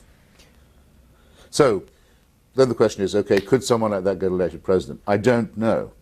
But I think if a person of average honesty and integrity and political skill, who had established a decent enough reputation on the issue, was to say, look, I have to tell you that I'm unconsoled by any faith, have no invisible means of support, I'd be very interested to see. I don't think many people would say, well, in that case, you can't be a good man. How does Mrs. Watts fit into that? Mrs. Watts was a good old lady, but she was, whether she knew it or not, she was teaching falsehoods to children, which is not a good thing to be doing. Religion often makes good people do bad things. Joe Wright emails in, I greatly enjoyed your views on religion and other matters. I'm a big fan of Robert G. Ingersoll, whose works I read as a teenager and whose works were fundamental to forming my view that all religion is irrational, if not outright evil. I was already at 10 years old an atheist. What influence, if any, did Ingersoll and the great British free thinkers, Chapman Cohen, for example, have on you? Chapman Cohen, much more. I have 2 books of essays by Chapman Cohen called Essays in Free Thinking. A brilliant guy. He was one of the successors of George Bernard Shaw, I think, as the National Secular Society in London. A very witty and a very trenchant essayist. And from him, from reading Cohen, I learned about Ingersoll, who it amazes me to find has been almost airbrushed from American history. I mean, there was a time, the late 19th century, when he was really a national figure, for other reasons, his gallantry in the Civil War, various other attributes he had. But he was a great teacher and proved that you could mobilize large crowds to challenge religious authority. And a wonderful essayist and writer too. It would be good to have a revival. Some publisher should do themselves and us a favor and stage an Ingersoll revival. I think right about now would be a good time for it. Marie Stitt emails in, you pride yourself in being well-informed historically and have accumulated vast quantities of arguments of religion as dysfunctional. Are you equally versed in the functions of religion? Do you have a theory as to why the Christian Bible has been cherished over the centuries? Yeah, I certainly have a theory of why the one that I know best has been cherished over the centuries. I don't know which one she clings to, but I mean there are several. Most Christians are very amazed to find how many versions of the Bible there are. And you remember there was a famous woman, governor of Texas, who said, if English was good enough for Jesus, it's good enough for me. But the best version of the Bible in English, in my view, is the King James version. Ludicrously referred to as the St. James version in the New York Times the other day. It just shows how far things have slipped in our educational standards. But that's a translation, almost the only decent work of literature there's ever been, that's the result of the deliberations of a committee. About 10 men. I suppose you could say the Declaration of Independence was written by a committee. But apart from that, there aren't many great works produced that way. Hour and a half left in depth. I was just going to say, sorry. if you don't, well, for me, the function, since you ask, is this. If you don't know the cadences of the King James's Bible, King James Bible, I should say, then a lot of Shakespeare and Milton and John Donne and other things would be unintelligible to you. You have to know it to understand your own language. And that's what I think is its principal function. I think biblical literacy is very important. We'll be back to take your calls after this visit to Christopher Hitchens' residence in Washington.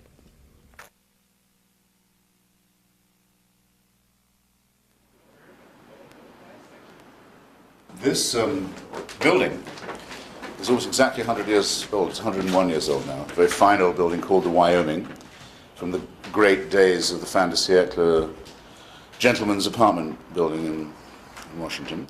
And this apartment, which wraps around the whole of the top floor, was originally built with this wonderful flooring that you can see, this wooden floor, which means it's almost like an ice rink. That's why I don't have any furniture, because I like sort of just rolling around it.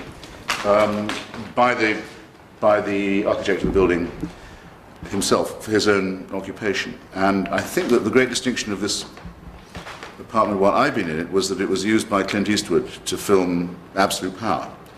Actually, one of his less good movies. It's about an art thief in Washington, D.C. who needs a safe house.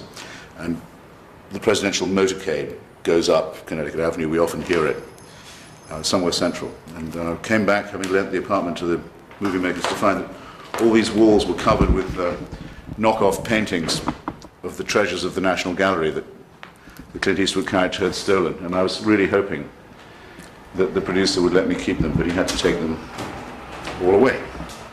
My hood could be described, and maybe a realtor would want to describe it as Kalorama, because it sounds pricier, but actually I think Kalorama is the other side of Connecticut Avenue. It's what we call Embassy Row. Diplomatic buildings, residences, woods, gardens, very beautiful, pretty costly. Then if you break to the right out of my front door and go along Columbia Road, you come to Adams Morgan, sometimes called Madam's Organ, to indicate that it's our sort of Bohemia, our Latin Quarter, our little West Village, if you want. So, diplomacy on one side, Guatemalan music, Ethiopian restaurants, etc. on the other side, and then down Connecticut Avenue, straight to DuPont Circle, bookstores, cafes, restaurants, perhaps 3 Starbucks. So what you're seeing behind me is a sort of confluence of Washington, D.C., our nation's great capital. That's Connecticut Avenue, this north-south artery that runs, in effect, from the White House up to Maryland, crosses Massachusetts Avenue a bit lower down at DuPont Circle. That's the sort of radial axis of the city, you might say. Due west there is California Street, and this is Columbia Road curving round to our Adams Morgan district. There's the Russian trade mission. I'm told that there is still an apartment in this building run by the National Security Agency to monitor the goings-on there from the days of the old Soviet Union. You probably can't see it behind me, but on the horizon is the Russian compound. And those domes you see in the woods are the Naval Observatory buildings, on the grounds of which, of course, lives the Vice President. And then you see the British Embassy just in front of that, which is the extreme west end of Massachusetts Avenue, Embassy Row. So it's a good reminder of the small size and centrality of District of Columbia. And then there in the middle, on his horse, is General McClellan, President Lincoln's worst general, the man from whom he at one point asked to borrow the army, since the general appeared to have no use for it, and probably was a defeatist. He certainly ran against Lincoln later as a pro-slavery Democrat, may have had secret sympathies with the other side. It makes me laugh anyway, because on his horse he's still pointing south, in the wrong direction. The Confederates would have been that way. He's riding away from them.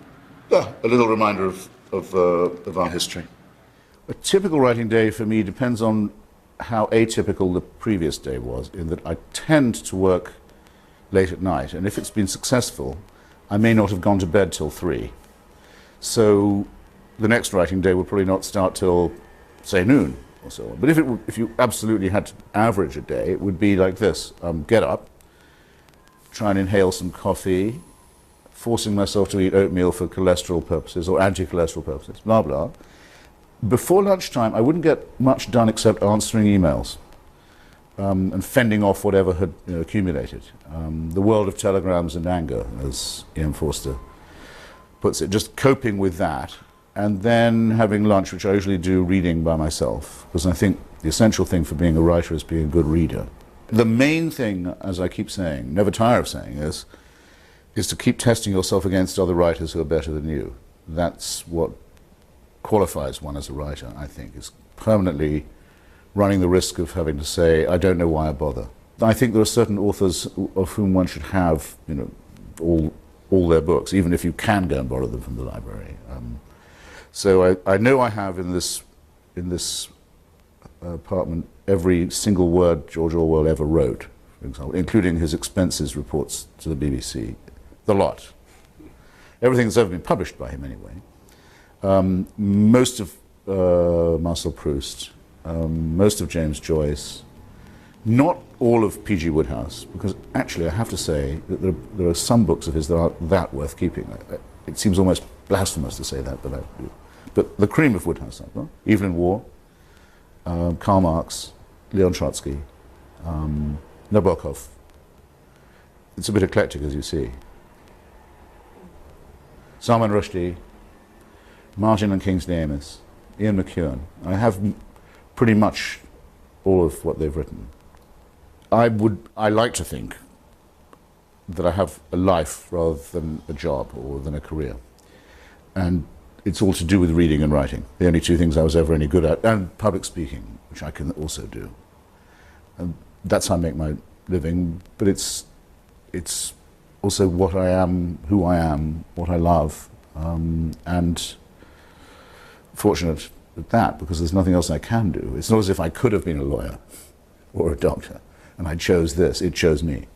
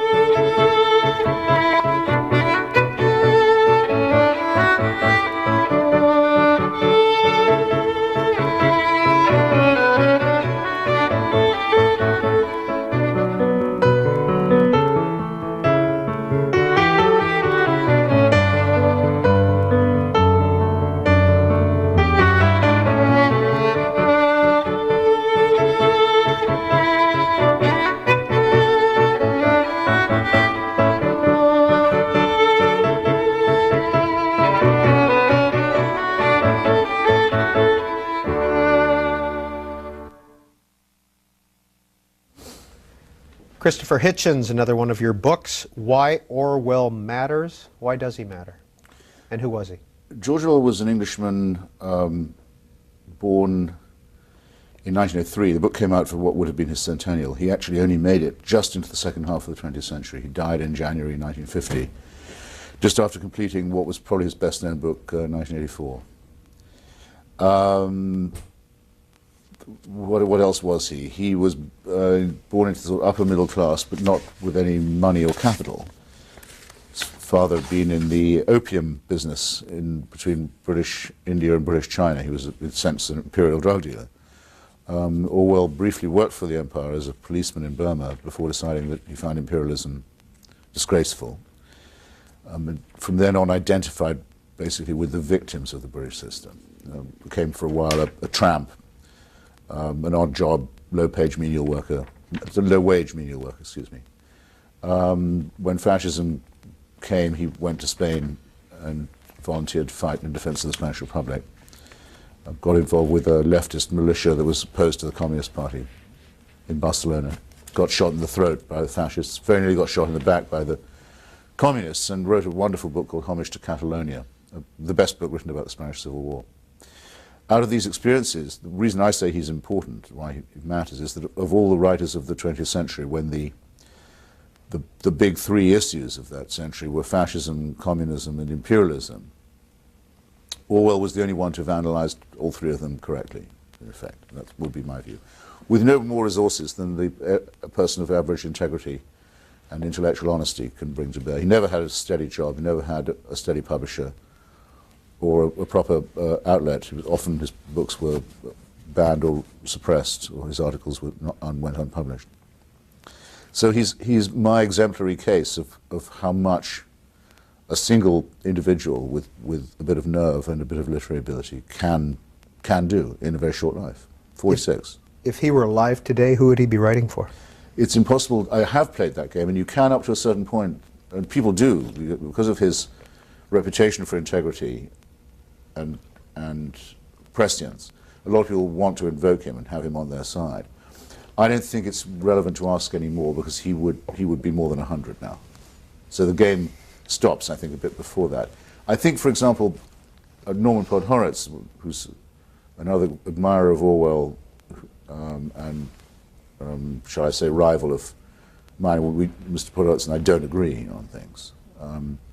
He says, for example, he's sure Orwell would have taken the Lyndon Johnson position, let's say, on Vietnam. I'm practically certain that he wouldn't. And he could have lived that long, because he was very, very hostile to colonialism in Asia, particularly the British, but even more so perhaps the French. And I think he would have understood very clearly that the origin of the Vietnam War is the attempt by the United States to resuscitate French colonialism in Indochina, and then to succeed it. Well, he wouldn't have been in favor of that to begin with. He wouldn't have thought it was a worthy enterprise, to the contrary. So I think one can, to that extent, predict some of his moves. But most of the real political positions he took are all you need. You don't need to speculate on what he might have thought. It's enough to know what he did think, and more important, how he thought. And basically what he did was educate us, especially in a wonderful essay called Politics in the English Language, which will be 50 years old, I think, I must check, this year. Educate us in, no, it must be more than that, I'm sorry. Educate us to see through the ways in which language is misused as propaganda. Just prior to our discussion now, we showed some of your favorite writers. And sorry, it must be 80 years or something since Politics. I know it's an anniversary this year. Excuse me. No problem. We showed some of your favorite writers. P.G. Wodehouse, English novelist, is listed there. Emailer. Will you please tell the C-SPAN audience why Wodehouse matters? Yes. Well, there are in literature, there are a couple of, everyone knows, double acts, imperishable characters, Sancho Panza and Don Quixote. Sherlock Holmes and Dr. Watson. For my money, though, Bertie Wooster and his manservant Jeeves is really the locus classicus here. The dialogue between those two men and the adventures that they undergo together, I just think is a class by itself. The one to read, if you can only pick one, the full-length novel to read, because there are many, many short stories, would be The Code of the Woosters. Absolute genius. Couldn't possibly be without it. We're going to put the phone numbers back on the screen in case you care to participate in our conversation with Christopher Hitchens on In Depth this afternoon.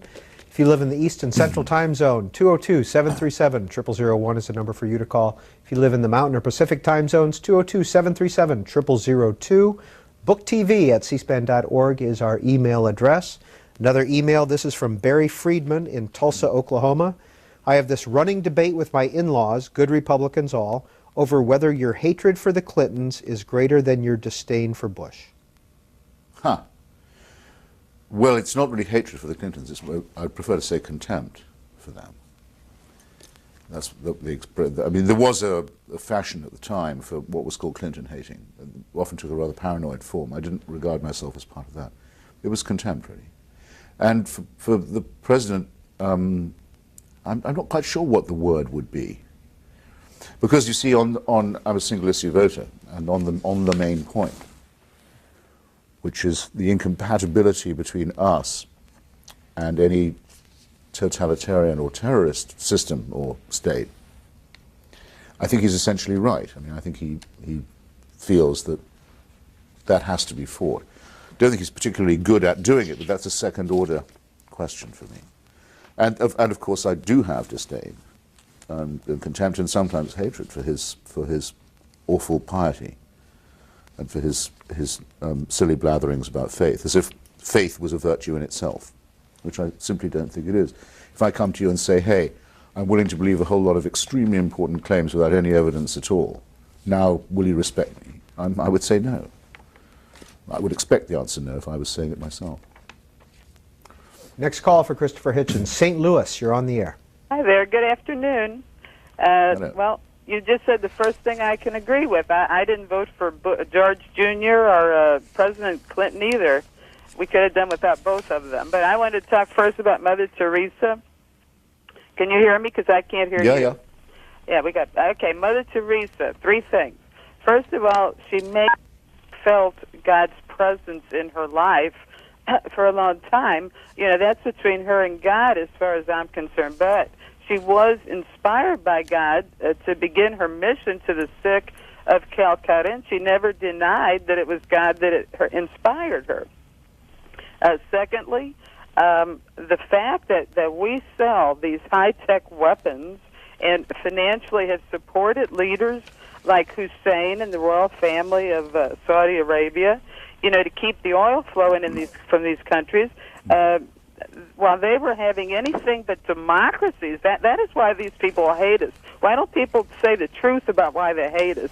And last, you know, it's a sad day when, regardless of the fact that most Americans want us out of Iraq, believe it was a mistake, as long as the military-industrial complex, the American-Israeli lobby, and big business, they all contribute heavily to the politicians' campaigns, and these same outfits advertise in the media, and they want us in Iraq. So until they're ready to get us out of there, I'm afraid we're going to be there, and it doesn't much matter what we think anymore. Thank you, caller. A lot of ground to cover.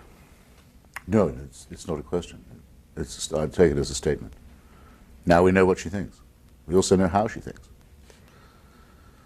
George Sim Johnston in the National Review said this about the missionary position. Mr. Hitchens is made uneasy by the thought that somebody somewhere is doing a good deed motivated by personal charity rather than statist ideology. Mother Teresa's Roman Catholicism also bothers him because it's obscurantist and retrograde, unlike, say, Marxism in the 1990s. Well, you see, he's got me wrong twice, because I don't say that she was doing a good deed for the wrong reasons. I don't think her work in Calcutta was good. She raised an enormous amount of money around the world from people like he, who naively thought that the money was going to give breakfast to starving children or medicine to people in need. And she used all the money to build up, this on her own confession, on her own admission, convents in her own name. That's where most of the money went. She had a hospice for the dying where a few nuns, not trained in medicine of any kind, were found occasionally with the odd syringe, which they were washing in cold water. It was a place purely for death, a house of death, and based on a cult of death, too. As I've told you before, she preached poverty was a good thing. She did her best to make sure there was a lot of it by arguing that women shouldn't be allowed to have contraception, shouldn't be allowed to be divorced from abusive husbands. She preached the most fanatical form of Catholicism, a much more dogmatic one than the Church itself professes, and as I've just said, or said in reply to an earlier question, this fanaticism seems to have been an attempt to overcompensate for the fact that she couldn't, in private, believe any of the central postulates of the religion. So really it's a pretty shabby career, and it's not my problem, of course, but if I were a religious person, I wouldn't choose her as the exemplary figure of my faith, because it's too easy, and anyone who can read my book can find out how easy it is to show that none of the things popularly believed about her are true, whereas a lot of very unpleasant facts that have never been denied, her taking of money, for example, from the Duvalier family dictatorship in Haiti, where I think everyone would agree the poor of the world had one of the worst deals they've ever had, stolen money in effect, her shabby dealings with Charles Keating of the Lincoln Savings and Loan, her refusal to return stolen money from him, even when the courts in America asked for it back, or again on behalf of the poor from whom it had been robbed. All of this is all true and can be proved. The people who say she did all this because she felt she had a light from Jesus and so on are saying what they cannot prove, and is very probably in any case not true. What do you think that reviewer meant about Marxism? Why do you think he brought that? I think that's a dig at your humble servant. Why? I think it's intended as a dig at your humble servant, I mean to say. Well, of course, if you have a background as a Marxist, as I do, if you attack someone else's ideology as outmoded or primitive, then you are living in some extent a glass house. Email, Steve Finnefrock, Hollywood Conservative Forum. Look, as I might, it's yet to be found that you've explicitly renounced your once famous adoration for communism and its adherents. Your recent excellence in explicating the Iraqi war is commendable, but we still await an explicit renunciation of communism, including the beloved Uncle Ho Chi Minh, the Viet Minh et al. Ad nauseum. Well, you have to keep on waiting, won't you? I'm not going to denounce the Viet Minh. Viet Minh should have become the government of Vietnam in 1945. It would have saved everyone a great deal of trouble if they had. Wouldn't have been beautiful. We know what the model of communism was that they probably had in mind, and the gentleman just hasn't read enough of my stuff to know what I think about that. But it was nonetheless it was the natural outcome for the struggle of the Vietnamese to expel the Japanese and unify their country. Wouldn't have been done by any other group.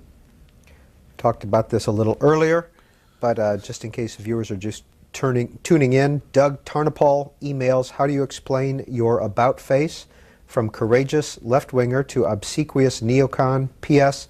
In case you reach for the Orwell mantle in your answer, I've read Orwell, I've appreciated George Orwell, and you, sir, are no George Orwell. Well, then he would know that every time the mantle questions come up, that I've said, don't be stupid. I mean, listen, George, well, for one thing, I'm more than 10 years older than Orwell was when he died. And I've made a pretty good living out of journalism. Orwell was always broke, but never sold out on a point. Orwell was a volunteer soldier in Spain, took a bullet in the throat. I haven't been as courageous as that. I've never had to sacrifice much to censorship or poverty or oppression. And I don't write as well either. And I can't write novels at all. So the mantle thing is simply a sneer, as actually, come to think it was the rest of the question. You said that you've made a good living as a writer. Are you wealthy? No, I'm not, but I get paid more than I need to pay the bills. It took a long time to get stopping living from check to check. But I mean, I didn't mind that either, because I'm doing the only thing I know how to do. So it isn't as if I could have done something else for a living. There's nothing else I'm fit to do. Besides your books, you also write for Vanity. But I mean, my current book is on the bestseller list, so I'll see some money from that. Besides your books, you write for Vanity Fair? Yeah. On a contractual basis? Anyone else? I contributed an essay on books to the Atlantic Monthly. Not absolutely every month. I think about 10 months a year. Fairly regularly, anyway. That's a lovely job. What's your relationship with Graydon Carter? Well, Graydon and I were friends before he became editor of Vanity Fair. And I used to write for him a little when he was at the New York Observer. And we've been very tight for a long time. We have quite similar tastes in literature, not in politics. I mean, again, P.G. Wodehouse, even war, things like that. We always have some chat about that whenever we meet. he's got a better dress sense than I have. He's always trying to get me to put on a tie and generally smarten myself up. And he very nicely, he asked me to come and write for him the first day I think he was appointed. So I've been doing it now since, gosh, 92. It's going to be 15 years quite soon, now I think about it. What's your relationship with The Nation currently?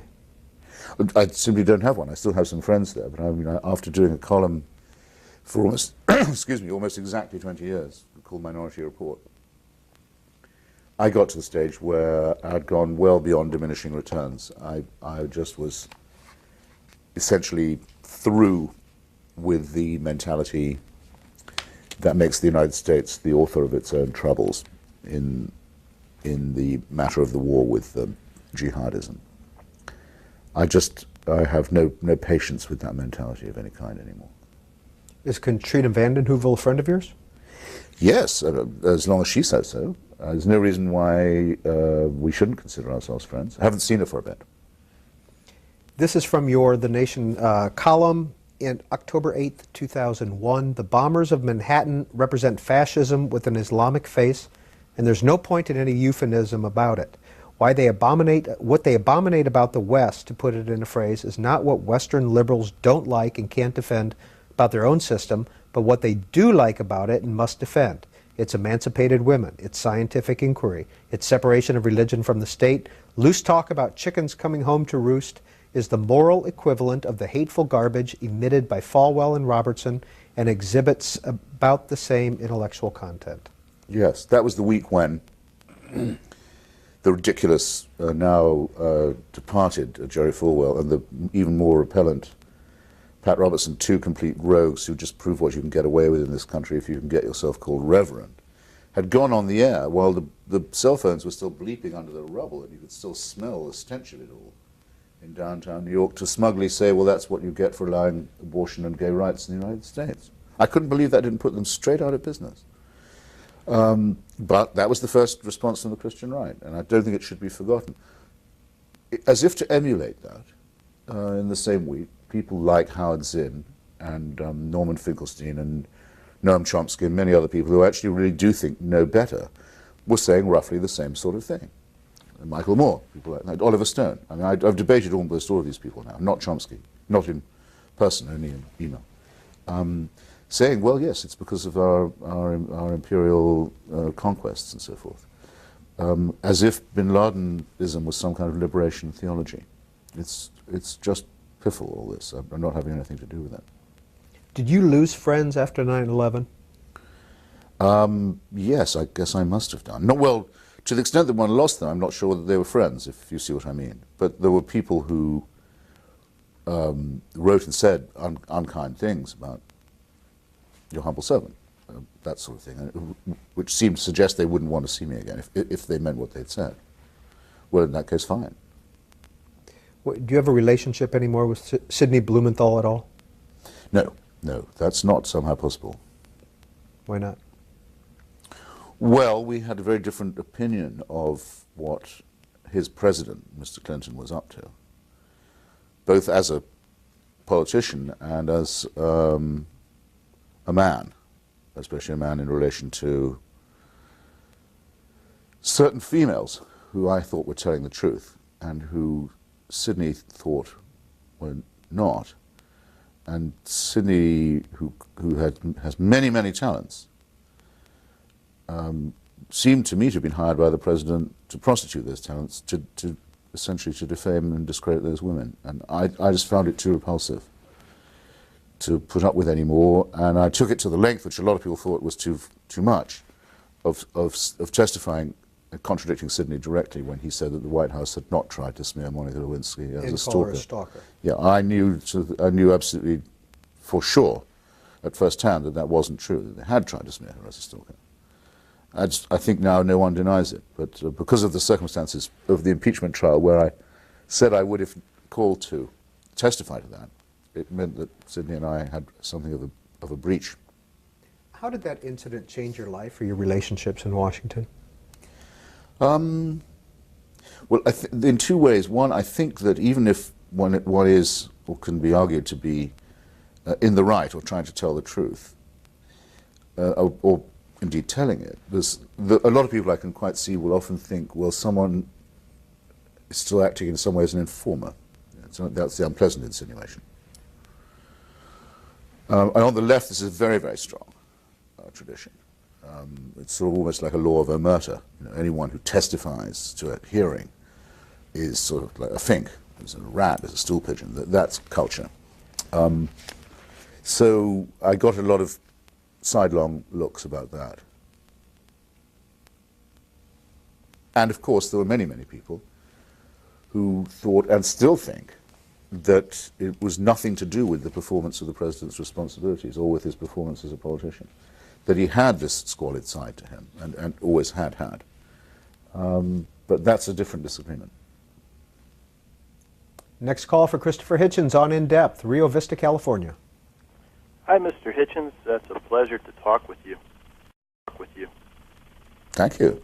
I think you're a person of rare honor and integrity in the intellectual community, and as a religious person myself, I feel like your work helps me to hold myself to a higher standard. And I wondered if you're familiar with the work of Joseph Campbell and Ken Wilber, whose views, I think, basically say that the problem with religion is the mythic level of religion, which you so effectively criticize. And Campbell uses James Joyce, who I notice is one of your favorite writers, to bolster that opinion. So I wondered if you could comment about that, and thank you very much for your work. First, thank you for being so generous, and second, you catch me really forced to admit that I'm very underread on Joseph Campbell, and it's an omission I have thought of more than once of repairing. I know that he was something of a supporter of the psychological views of Carl Gustav Jung, of which I'm slightly suspicious, I must say. But I know also that he's written what seems quite provocative and interesting stuff about the role of myth and legend in forming religious orthodoxy. And I owe it to myself probably to be better informed the next time I get asked about this. Next call, Sarasota, Florida. Yes, can you all hear me? I'm calling on a... We're going to move on to Twin Falls, Idaho. Idaho, yes. You're on the air. Yes. We're openers, Mr. Hitchens. It's a great pleasure to speak to you, sir. Thank you. I am I'm hoping that I could at least have an intelligent question for you. Just from my own opinion, from what I am seeing of you, it sounds like you are somewhat of a dichotomy, and that it makes me, that's not bad, of course, but it does make you very complicated. I am wondering what relation or where do you put the Mr. William F. Buckley in his intellectual approach and his ideologies? Well, yes. Mr. Buckley was incredibly good to me when he was running Firing Line, his flagship TV show. And would have me on quite often. And I remember thinking with Firing Line, unlike a lot of debate shows on TV, if you left that studio thinking, damn, I wish I'd made that point or made that point that way, it was your fault. You'd had every chance to do it. No one was trying to hurry you up or shut you down or cut you off. It was very impressive, and I'm grateful to him for that style, and indeed the style in which, for the most part, he ran National Review. But I can't conceal the fact that, especially under his editorship, the National Review was the worldview of the Catholic right wing. Not excluding General Franco and Joseph McCarthy, and I couldn't be further away from any interpretation of that kind. I don't much go for spy thriller novels either, but one or two of his Blackford Oaks books amused me too. Sorry, just wanted to add that. Winston-Salem, North Carolina. Yes, Mr. Hitchens, I'd like to ask you what you think of, well, in this country, I guess in particular, but you're experienced all throughout the world in religious fundamentalism, fanaticism, or whatever, but what do you think is the level of hypocrisy between those who espouse religion and fundamentalism or whatever, and what you think they really do believe as such and feel it within their spirit. And I just wondered if you could comment on that in this country and perhaps throughout the world even. Yes, that's a very interesting question, and one has to ask it all the time, and it's been lent some point recently by the revelation of Mother Teresa's loss of it may not be correct to say exactly total loss of faith, but great loss of conviction, of certainty in her faith.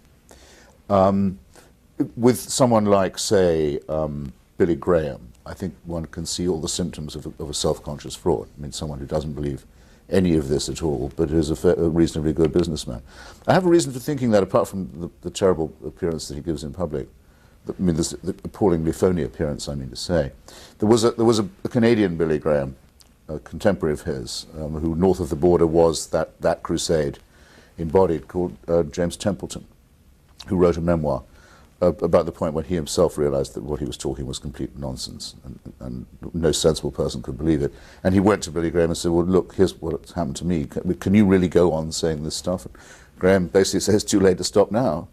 And lots of people expect it of me, and we're in business. And that's what I think is the case with a surprisingly large amount of it. But I'm not, I don't want to sound vulgar about it. I mean, I know a lot of people to whom religion means everything or a very great deal, and who don't try to profit from it and don't stand to profit from it either. So I don't reduce everything to a racket, but I think that racketeering is and always has been an important part of religion. Some religions simply are rackets. Scientology, for example, or Mormonism. It's nothing more than the record of a successful con job. But the spiritual life can't be entirely reduced to that, and here's the problem.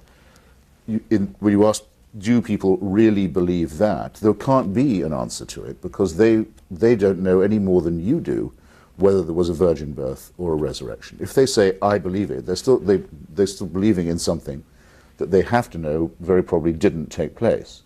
So what are they asking us to believe? They're asking us to believe their propensity to faith, in other words, to take something on faith without argument or evidence. Well, if somebody wants me to believe that of them, that they will do that, then I will, but I feel that they're arguing against themselves and probably doing themselves an injustice. You think Billy Graham's an evil man? Yes, disgustingly evil man. I'll tell you again why I say that, choosing one out of a number of possible answers. I think that anti-Jewish prejudice is an unfailing sign of a sick and disordered person. There are some kinds of prejudice. For example, I don't terrifically like people from Yorkshire, as it happens. I don't know why, I don't. But I don't think that convicts me of anything really insanitary. I probably would be a better person if I liked more people from Yorkshire. Anti-Semitism isn't like that. It's a horrible, conspiratorial, pseudo-intellectual, mean-spirited, eventually lethal piece of bigotry. You read the stuff that Graham's been found saying to Richard Nixon on tape. You can get it from the Nixon Library now, on the Jewish question. And once you've got over the revelation, which wasn't much of a revelation to me, of what a squalid little bigot President Nixon was, I guessed I knew that, you find that he's outmatched by the way that Billy Graham talks. Well, it doesn't mind. He does that in private and harbors that stuff in private, and then goes out and rakes in the cash for preaching brotherhood and compassion. It's enough to make you sick. Who's an American president that you admire? And there's no president who, however deserving of condemnation, who can't get Billy Graham to come to his side at just the point he's about ready to, or should be about ready to be either impeached or to make some kind of public apology or change of policy. No, this sort of valet, this religious valet, is always at their hand, saying, no, I can make this look good for you. I can be your religious PR man. Power worshipper, cronyism, bigotry. It's a very unattractive combination. And then going around spouting lies to young people for a living, lying to the young for a living. What a horrible career. I gather it's soon to be over. I certainly hope so. Who's an American president you admire? Well, can I start from the beginning? I mean, sure. Yeah. Well, I didn't choose Mr. Jefferson as my subject. I was asked if I would do him.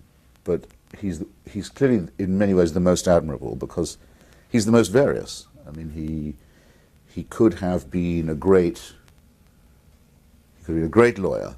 He could have been a great architect. He could have been a great paleontologist. He could have been a great author in innumerable ways. He was a man of really extraordinary talent. The only thing he was bad at was his actual job, which was farming. But then the tobacco and slave economy sort of deserved to fail, I guess. And of course, his role in deepening and prolonging the institution of slavery is the great outstanding black mark against him. But he's the most extraordinary of the presidents, I believe, and certainly of the founding ones. Mr. Lincoln's the most probably absorbing one to study psychologically. Of the more recent ones, I think the man who used to live in my building, General Eisenhower, President Eisenhower. I see there's a new biography of him by Michael Corder to be coming out soon. I'm definitely going to see it because I have a feeling that he hasn't had justice quite done to him yet. Next call for Christopher Hitchens, Portland, Oregon. Yes, sir, I've enjoyed listening to you speak. I'd like to know of the politicians on the scene now, who would you vote for president in the coming election? I have no plans to vote for any of them. Are you going to vote? Probably not. Really? Look, well, I have a column, and I have people have me on TV, and I go on the radio all the time. I can tell people my opinions. I don't feel I have no means of expressing my preferences or my views, but there's no individual who could do that for me, who might hand my franchise and say, okay, I'd like you to represent me. No, none of this crowd anyway. But you're a citizen now. Yeah, I know. It's a waste, isn't it? It's a shame because I live in Washington D.C. where the vote is meaningless we're disenfranchised for Congress. Still have to pay taxes, but disenfranchised. And I don't have a party affiliation, and there's no politician I like. But I will of course in the end vote for whoever takes the toughest line on Iraq.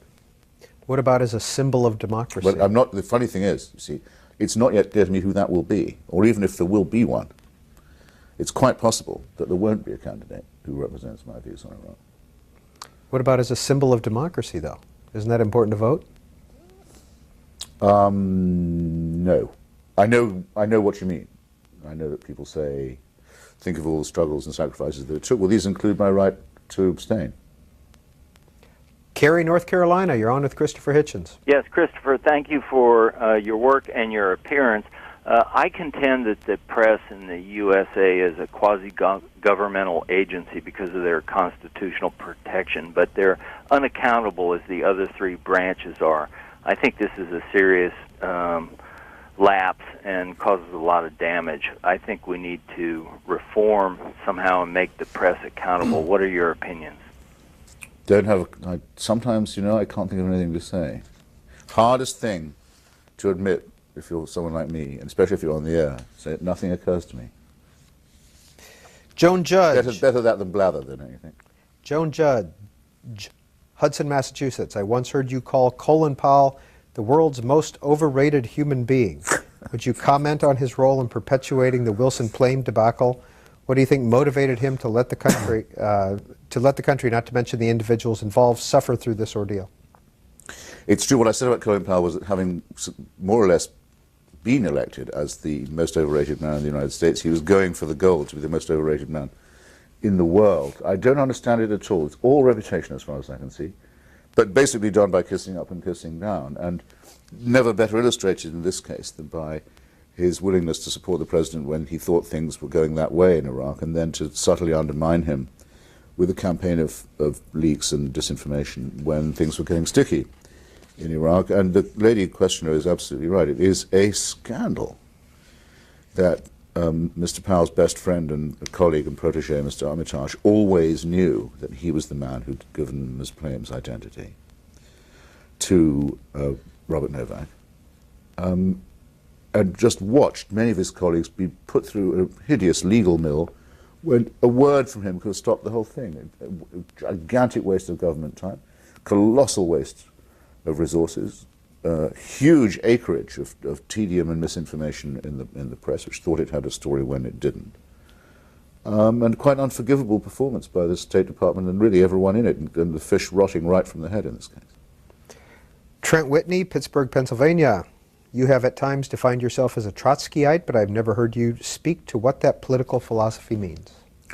Well, you should say Trotskyist, by the way. It's a point of etiquette.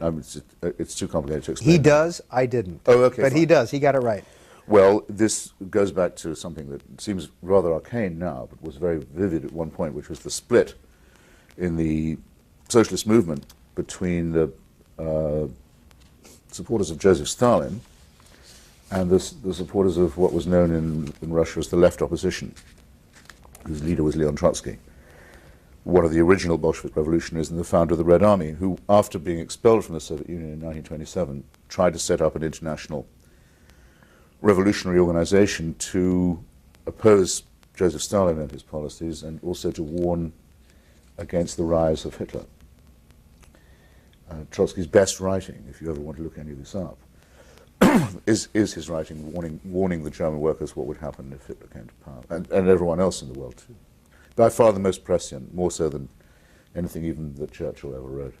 And it ended with Trotsky being assassinated on Stalin's orders in Mexico in 1940. In the meanwhile, Trotsky was involved with the sort of world of literary modernism. He, with André Breton, helped write a revolutionary manifesto about the arts.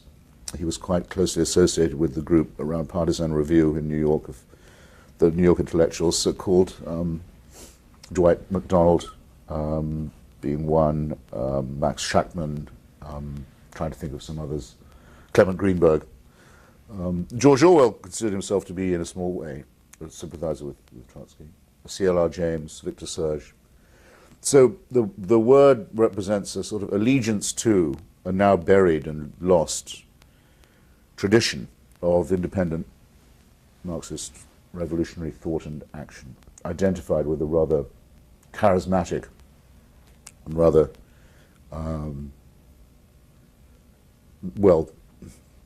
flawed heroic figure. Sorry, if that answer sounds cryptic, I could just suggest that you had a look at Isaac Deutsch's 3-volume biography of Trotsky. It's called The Prophet. Very beautifully written account of his life and opinions. San Diego, you're on the air with Christopher Hitchens. Fun to talk with you. Would you comment on our American hubris in willingness to accept our loss of industrial economic competitiveness with more actively government-involved economies such as Japan and China? Also, tell about your writings for Free Inquiry, and have you read much of Isaac Asimov's non-fiction science writings? In reverse order, I once went to hear Isaac Asimov give a lunchtime talk at Columbia University in New York. It was in the early 1980s. It was an attack on the revival of the creationist movement.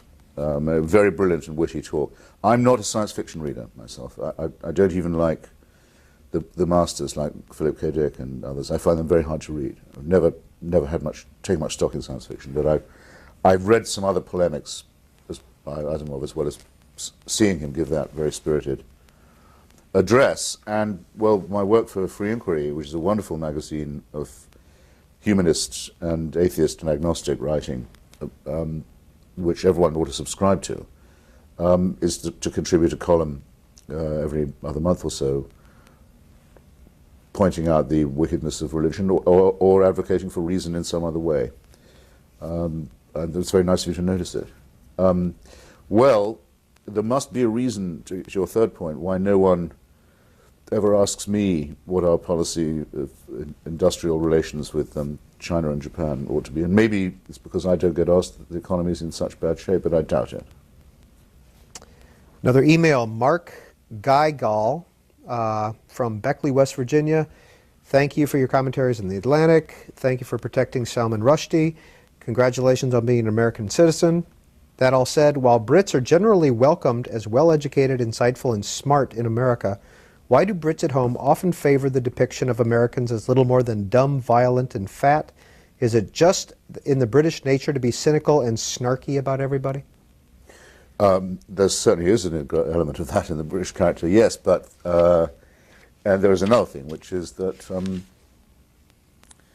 the United States overhauled and outstripped the United Kingdom as a world and power and cultural and economic center to what seems to most people quite a long time ago, but is in the British mind very, very fresh, and among many, many people not forgiven. So there's the British compensation for this loss of power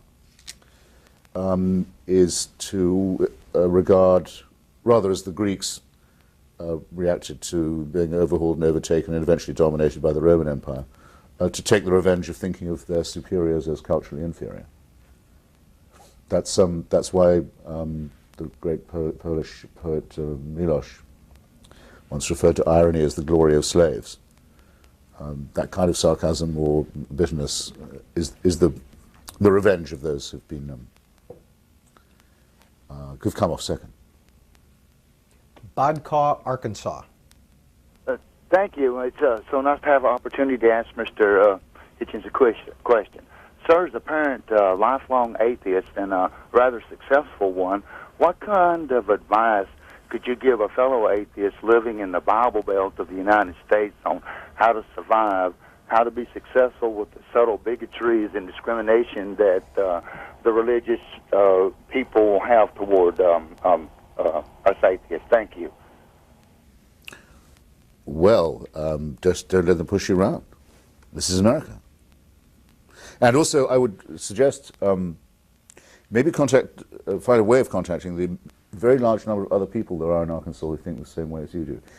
The beginning of wisdom in this is to realize that it's happened to me a lot of times on my book tour. In Arkansas, in fact, in one case at the book festival there. People come in their hundreds to hear an atheist speaker, and almost all of them have come because they're afraid that if they don't, I'll be the only one there. They just feel they had to sort of show sympathy. They're amazed to find how many other people want to do the same thing. Try that. That'll be interesting. And it'll also put a crease of alarm in the pinched and scrawny faces of the pious. David Seidman, West Hollywood, California. As an immigrant to the U.S., what do you think about the controversy over immigration to the U.S., the current immigration debate? Well, not to be too sententious about it, but I did go through a quite long, actually often quite boring and arduous process of doing it legally. And I think I'm probably not the only legal immigrant who doesn't want to see people skip that. So there is that.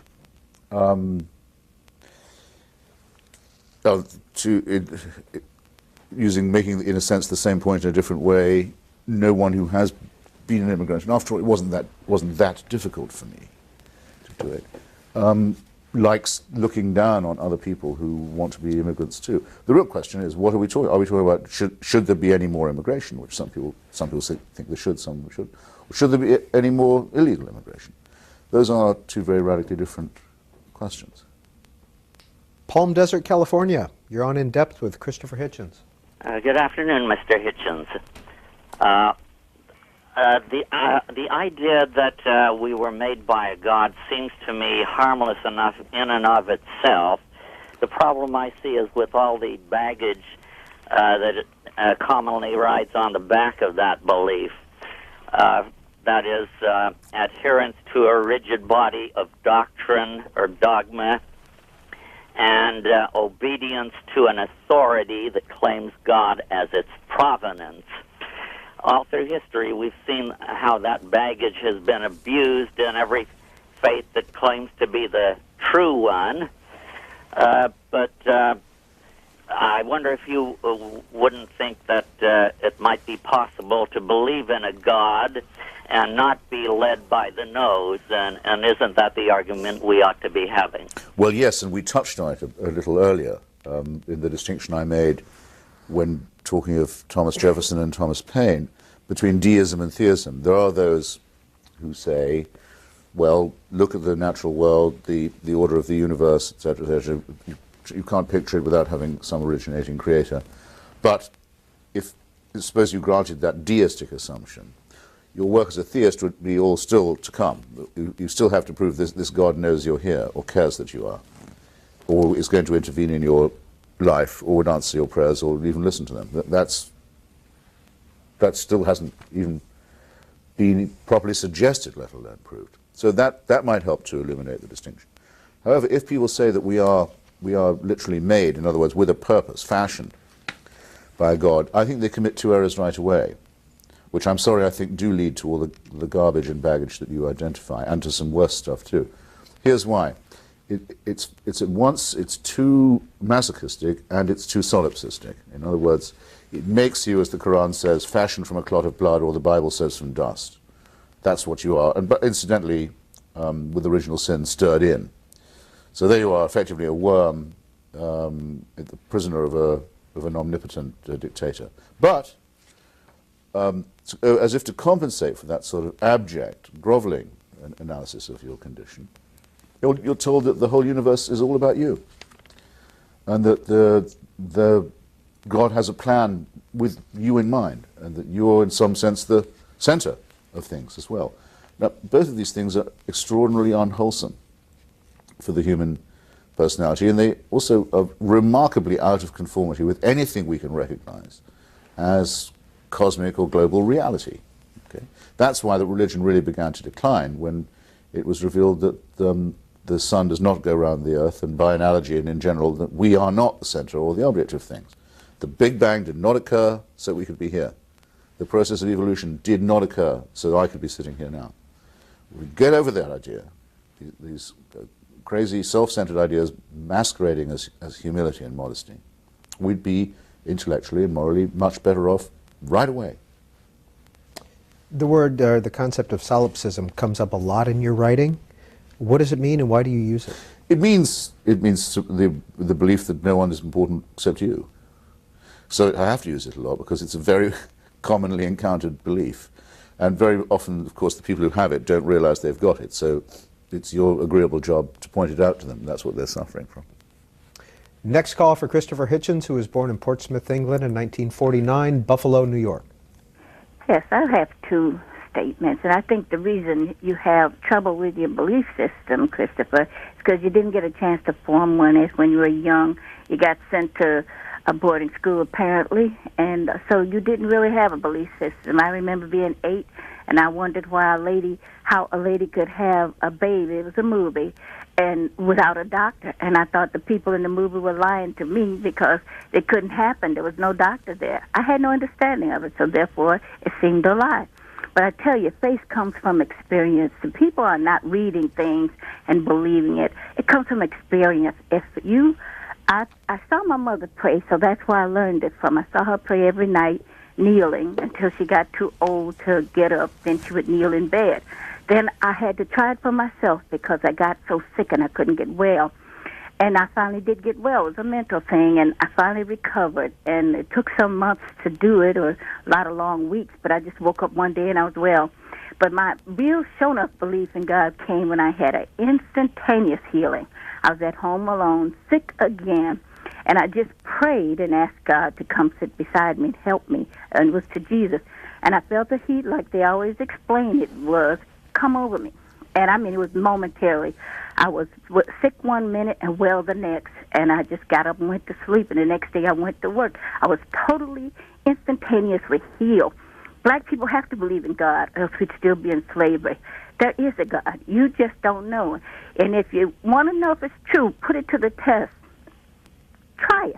Pray sometime and see if anything happens. It's happened enough for me that I can't have a doubt. And the same is with psychic phenomena. If something has happened to you, a thing happens, and then it comes to pass. You dream a thing, and it comes to pass more than once. It has to be a fact. It can't be a lie. Thank you, caller. No response? No, I take it as a comment. Have you ever prayed? No. What do you say to... No, I'm sorry, I shouldn't have said that. I mean, one was forced to pray several times a day. But some of the things you had to say aloud, the Nicene Creed, for example, or sometimes the Apostles' Creed, and the Lord's Prayer and so forth. So yeah, I've intoned that, yes. And then I discovered that they can make you come to church, but they can't actually make you pray. You don't have to do that. And I stopped. I stopped singing the hymns, and I wouldn't kneel or bend forward when it was prayer time. And there was nothing they could do about that, because the law only says you have to go. It doesn't say you've got to believe. In the New Yorker profile... But I would feel ashamed of myself if I did pray, because that is what solipsism, I'm afraid that's what the lady was suffering from there too, for all her obvious sweet and genuine character.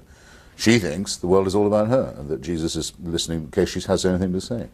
It sounds so modest, doesn't it? So humble. It's an incredibly arrogant claim, as well as an absolutely ludicrous one. If people got well by praying, ma'am, I suppose I have to say this to you, we wouldn't be in the case that we are, with so many people desperately sick. Why do you think? Beyond the reach even of the skilled medicine, which is the only hope of a cure. It is not that. That is not how people get better. It's, why do you think then that over 1 billion people on this earth think there's some kind of a higher power? I don't know that they do, but I think that the reason would be, let's grant that they really do believe this, and give them credit for sincerity in the belief. My analysis in my book is this: we are pattern-seeking animals. It's a good thing about us that we look for patterns, we look for recurrences and consistencies and so forth. And it's a weakness as well as a strength, because for example, we prefer a conspiracy theory to no theory at all. But we do look for patterns, and it's quite difficult for us to imagine that we don't know the cause of things, or the first cause. We'd like to think we could find that out. And we also have, it's very easy to persuade us that things are all about us, and that we're the object of all this. So if people say, well, look, the stars move in a predictable way, the seasons move in a predictable way, there must be some system here, it must mean something, it must have been started by someone. Now, as you know, all of these are completely unwarrantable assumptions, but the counterintuitive is the problem with the truth of it. And not only that, but I might be the winner in this destiny, and it might be all about me, and my God might turn out even to be the strongest one. Have you ever written about your mother's suicide? I've written about it, no. You talked about it last year in the New Yorker profile. Yeah, if people ask me, I don't go all. What happened? I don't clam up if I prefer not to be asked, but if you would care to ask, I'm quite happy to satisfy their curiosity. What happened to her? She, very sad to say, in a moment of extreme unhappiness with a man who she had thought would be a better man than he was. In despair, really, at the end of a love affair. With him, about on a suicide pact. So I think she felt that that this had been a failure, and she wasn't going to get another chance to be happy. And I think she was in many other ways at that time quite overwrought. And she went back to the place where she'd been happiest, with him. And I have a feeling, I can't prove it, but I have a feeling he slightly talked her into it. It wouldn't have been in her nature to take her own life, but I think she was very suggestible at that point as well. So, that was when I was, it was 1973, I was 24. Is your father still alive? No, my father died in 1988. He outlived her by some time, though he was a good deal older than her. She made it to be about 51, too, and he was 79 when he died. Las Vegas, you're on the air with Christopher Hitchens. Hi, Peter, and hi, Christopher. Hi. Christopher, I've been an admirer of yours for more than 20 years. I particularly admire your vocabulary and the forceful and witty ways you express your opinions. Too kind. I have a couple of questions about our military today. I'd like to hear your comments on the model of the all-volunteer Army supported by independent contractors who are doing the work that used to be done by soldiers. And also, I'd like your remarks on the performance of our military in Iraq. It seems to me that there have been a number of shortcomings, not the least of which is, it seems to me, the high rate of atrocities per capita as compared with previous wars. So thanks again, and I look forward to your comments. Bye-bye. Well, on the all-volunteer Army, I'm a supporter of that on principle. I agree with the finding, oddly enough, of Nixon's Commission on the Draft, that it should be abolished as constituting involuntary servitude, which cannot be imposed upon any American. I'm quite certain that I agree with that.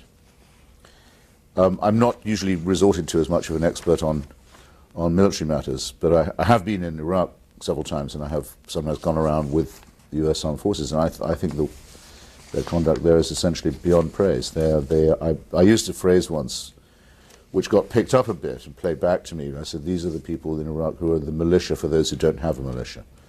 They're holding the ring and protecting what there is of civil and secular society, and the areas where there is peace and coexistence, from the unbelievably destructive and horrific pornographic effects of the parties of God. I resent what you say about the atrocity count. I think it's remarkable how little of that has been, and how with fairly rigorously, at any rate, not with exemplary rigor perhaps, but with considerable rigor, such instances have been checked out, tracked down and punished.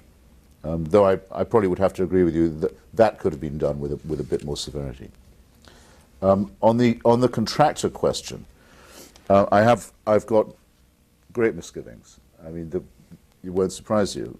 Some of these characters are very good at what they do in providing security and so on, but they're not accountable. We don't have any real oversight over them, and it's also, it seems to me, too extraordinarily great an opportunity in a society as imploded and maimed and corrupted as this for corruption. So that gives me pause, I have to say. Another email, Jim and Maya in Philadelphia. Hello, Mr. Hitchens. Thank you for many things in this opportunity. Our question is as follows. In spite of our newly found adoration for everything Hitchens, we are sincerely troubled by your public statements which you have dismissing global warming, and we wonder how such a great mind is so obviously missing the boat.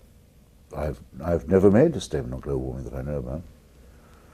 And I don't think anyone wants to hear from me about it. I mean, I have written about the ozone layer question very early on. I wrote a couple of pieces saying, look, this is very important because it does suggest that damage has been done to the biosphere itself, not just the environment. And this would have very grave implications because we'd all be in the same boat here.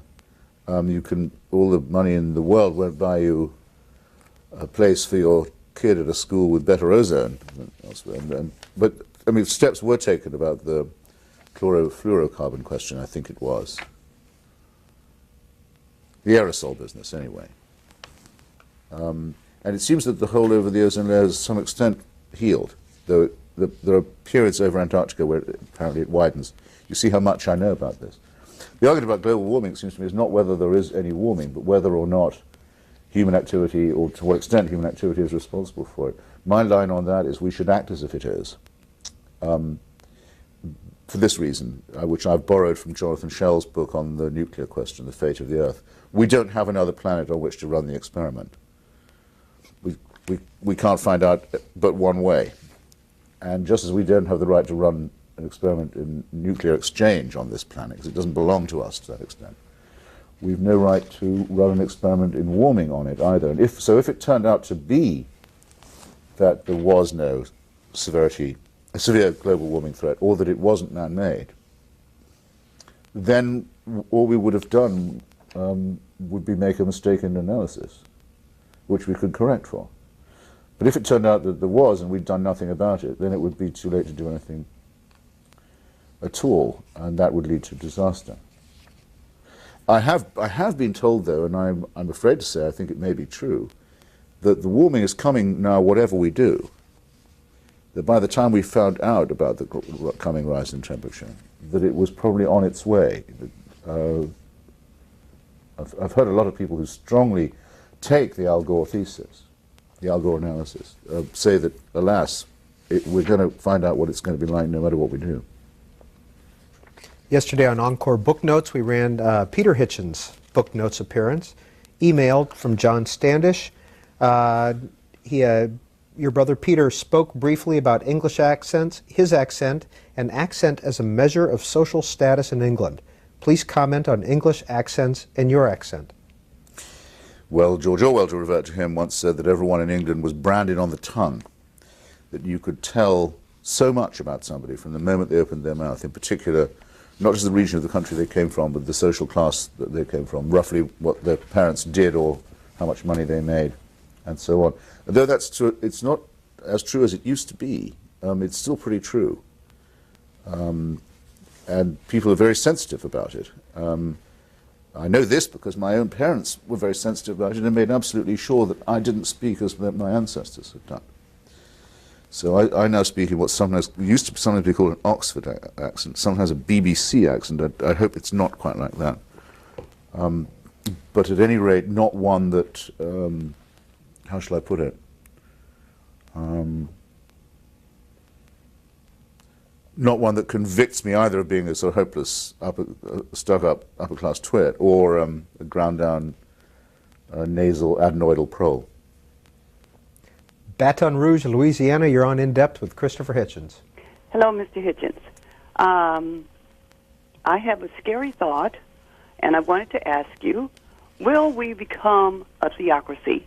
With our right-wing Christian fundamentalists, we have the prospects of becoming a Christian Taliban. In response to the lady that said, because you grew up in a boarding school, you didn't know God. I grew up in a boarding school, and I do believe in God. So it has nothing to do with the boarding school. But the way we're going in this country, I am very afraid that we will become a theocracy. No, I think the danger of that is practically zero, especially from the quarter that you mentioned. I mean, these people are a nuisance, of course. The Falwell, Robertson, Wright, and the Haggard lot, and so forth. But they consistently make fools of themselves, and they consistently fail to realize that there just are not enough of them. They don't have. The country is very blessed in this way. No force is strong enough to take it over and monopolize it. In 8 years of having Ronald Reagan quite sympathetic to them, for example, and frequently inviting them to the White House, they got exactly nothing of what they wanted on imposing their form of school prayer on other people, for example, or trying to retard the teaching of science in American schools. The country's too modern for that kind of thing to work. And I'd add another thing, which is that the reason these people went into an eclipse for so long and only started to come back at all in the South in the late 60s and early 70s, is because they did briefly win in the 1920s. They had two big victories. One was the Volstead Act, the prohibition of alcohol nationally. They even got the Constitution changed to suit their attitude to drink. And the second was the Scopes trial, the banning of the teaching of evolution. Mark you, not equal time. They didn't want equal time when they thought they could ban it altogether. Now, they never recovered from these two victories, if you see what I mean. Their victories were the moment of their defeat. They went into eclipse and discredit after that. They would never get that close to being able to influence national policy again, but if they did, it would be the end of them. Another email, what is Mr. Hitchens' opinion of Noam Chomsky and Chomsky's popularity among the left? Well, I used to be on quite good terms with Professor Chomsky, and I've reread the stuff of his that I used to admire, in particular an essay he wrote on General Sharon in Lebanon in 1982 or 3, another essay he wrote on the American press and East Timor. And I was rather pleased to find that, though we've since diverged on so many things, that I still thought those were great essays and brilliantly written and brilliantly argued. I don't think he's writing as brilliantly or arguing as well now, and I think it has to do with the impossible task he's set himself of effectively explaining away Islamic jihadism as a function of American policy mistakes. I think he began doing this a little earlier, actually, during the Bosnian War, which is when we first began to disagree, where he almost seemed to write as if the United States was looking to punish the Milosevic regime because it was a gallant socialist exemption to the general trend of globalization and needed to be hauled back into line. I thought anyone who could interpret what was happening in the Balkans that way, where Milosevic was the aggressor so palpably, was losing perspective, and I'm afraid that's what Professor Chomsky has crucially done. Another email. I would like to know, in fact, I simply must know, if Mr. Christopher Hitchens considers himself a happy person. which among alcohol's many charms is that which most appeals to him, and if drink has played any role in saving him from Jesus in the fashion that Jesus saves others from drink. Well, my favorite miracle in the New Testament is, of course, the one at Cana, which is a tribute, actually, to a thing that's very often overlooked, which is the influence of Hellenism and the Greek style in Palestine in those days. I mean, the tributes paid to wine. That's what the Passover Seder is borrowed from the Platonic Symposium. Wisdom and happiness are supposed to come to you when you're lying comfortably around with a glass of wine. It is one of the very few charms of Christianity that it doesn't repudiate that. A lot of its Protestant adherents do, of course, and of course the Muslims do. But I've often asked myself if happiness is what I'm interested in. I mean, if it's what I want, I think I'd rather say I'm looking for satisfaction rather than happiness. And whenever you ask if you're happy, as you probably know if you've ever tried it, you're about to make the discovery that perhaps not as much as you thought you were, or you wouldn't be asking. The mind is on such a knife edge. I don't think I can say much more. I'd have to say so much more than that if I've said any more, so I'll stop. Except for, as for the drink, I don't know why the word is out, you know, that I sort of can't manage without a glass in hand. I can take a cocktail if I have to, and I think it's certainly very rude to refuse it if it's offered. And I think that food tastes much better with wine. I think a meal without wine is like a day without sunshine, but I live in Washington, D.C., where 2 glasses of white wine at lunch would be considered an unbelievable debauch, so it doesn't take much to get a reputation for being a boozer around these parts. Back to the New Yorker profile Yes. from last year, your wife said to the author of this, Blue said to me once in a while it seems like he might be drunk. Aside from that, even though he's obviously an alcoholic, he functions at a really high level and doesn't act like a drunk. Again, this is coming from your wife. So the only reason it's a bad thing is it's taking out his liver, presumably. It would be a drag for Henry Kissinger to live to 100 and Christopher to keel over next year. Hitchens, too, brought up the topic of alcohol before I did, the writer. You're going to want to talk about this, he said, not wrongly, pointing at his glass. A writer likes a cooperative subject, but it can be disrupting to make a portrait in the shadow of a gigantic self-portrait. He was not a piss artist, he explained, someone who can't get going without a load of beer, who's a drunk, overconfident, and flushed. I can't bear that. He went on, I know what I'm doing with it, and I can time it. It's a self-medicating thing. It says also that when Mel Gibson was arrested, your comment was, and he blew a .12 in the breathalyzer, that's as sober as you'd ever want to be. Yes, charming. My wife doesn't touch the stuff, so she doesn't know anything about alcohol at all.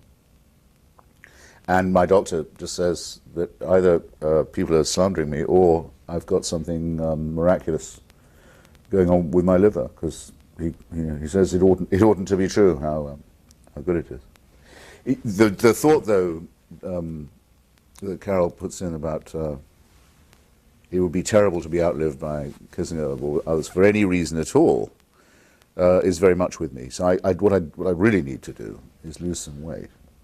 As you can, I'm sure, and all your audience can see, I've been getting away with murder for years, but just not taking any exercise at all. I think that's where I ought to probably haul up my slacks a bit. Do you consider yourself an alcoholic? No. No. I mean, Have you had a I'm not drink even yet sure. today? I'm not even sure there is such a thing. That may be all sort of cultish hooey, the Al-Anon and Alcoholics Anonymous stuff. If I see someone, lying on the street, smelling and unable to move, and so I'm not sure that person's an alcoholic. They may be trying to drink themselves to death, or be on the way towards doing so. If I was told I couldn't have a drink for the rest of today, I would feel slightly uncomfortable. But it wouldn't be at all difficult for me to get through it, or indeed for the rest of the week. I remember a very annoying week in Libya once, where I hadn't been able to smuggle any booze in, and couldn't get any homemade brew from the Palestinians there, as I had been able to previously. That's a week I wouldn't terrifically want to go through again. Have you had a drink today? No. Next call for Christopher Hitchens, Huntersville, North Carolina. Hello? You're on the No, air. but I would have done if it wasn't for you. It's already 3 o'clock. I would have had one before lunch, yes. Excuse me. Go ahead, caller. Okay. All right. Well, I just want to say that after the 2004 elections, I kind of wrote off God, or the ABC elementary version that we're taught here in the U.S.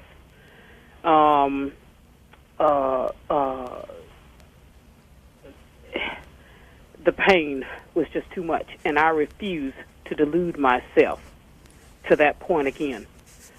God, I've forgotten everything. Caller, what's your question for Mr. Hitchens? Well, my question is basically when and how did he write off God? And caller, do you consider yourself an atheist today? No, I don't consider myself an atheist. I believe there's something out there in line with the universe. You know, I can't really say that. I can't believe we're here alone by ourselves with each other 100%. I can't believe that. Okay. It is. I mean, it is rather a bleak thought. The problem is that you mustn't catch yourself disbelieving things because you might not want them to be true, or believing things because you might like them to be true. The other example, I should have mentioned it when you asked me about the billion believers in the world. Why is this? The thing I left out, too obvious, but I should have kept it in. Fear of death. We're the only species that knows it's going to die. Not everyone is completely happy with the idea of checking out and going back to being atoms again.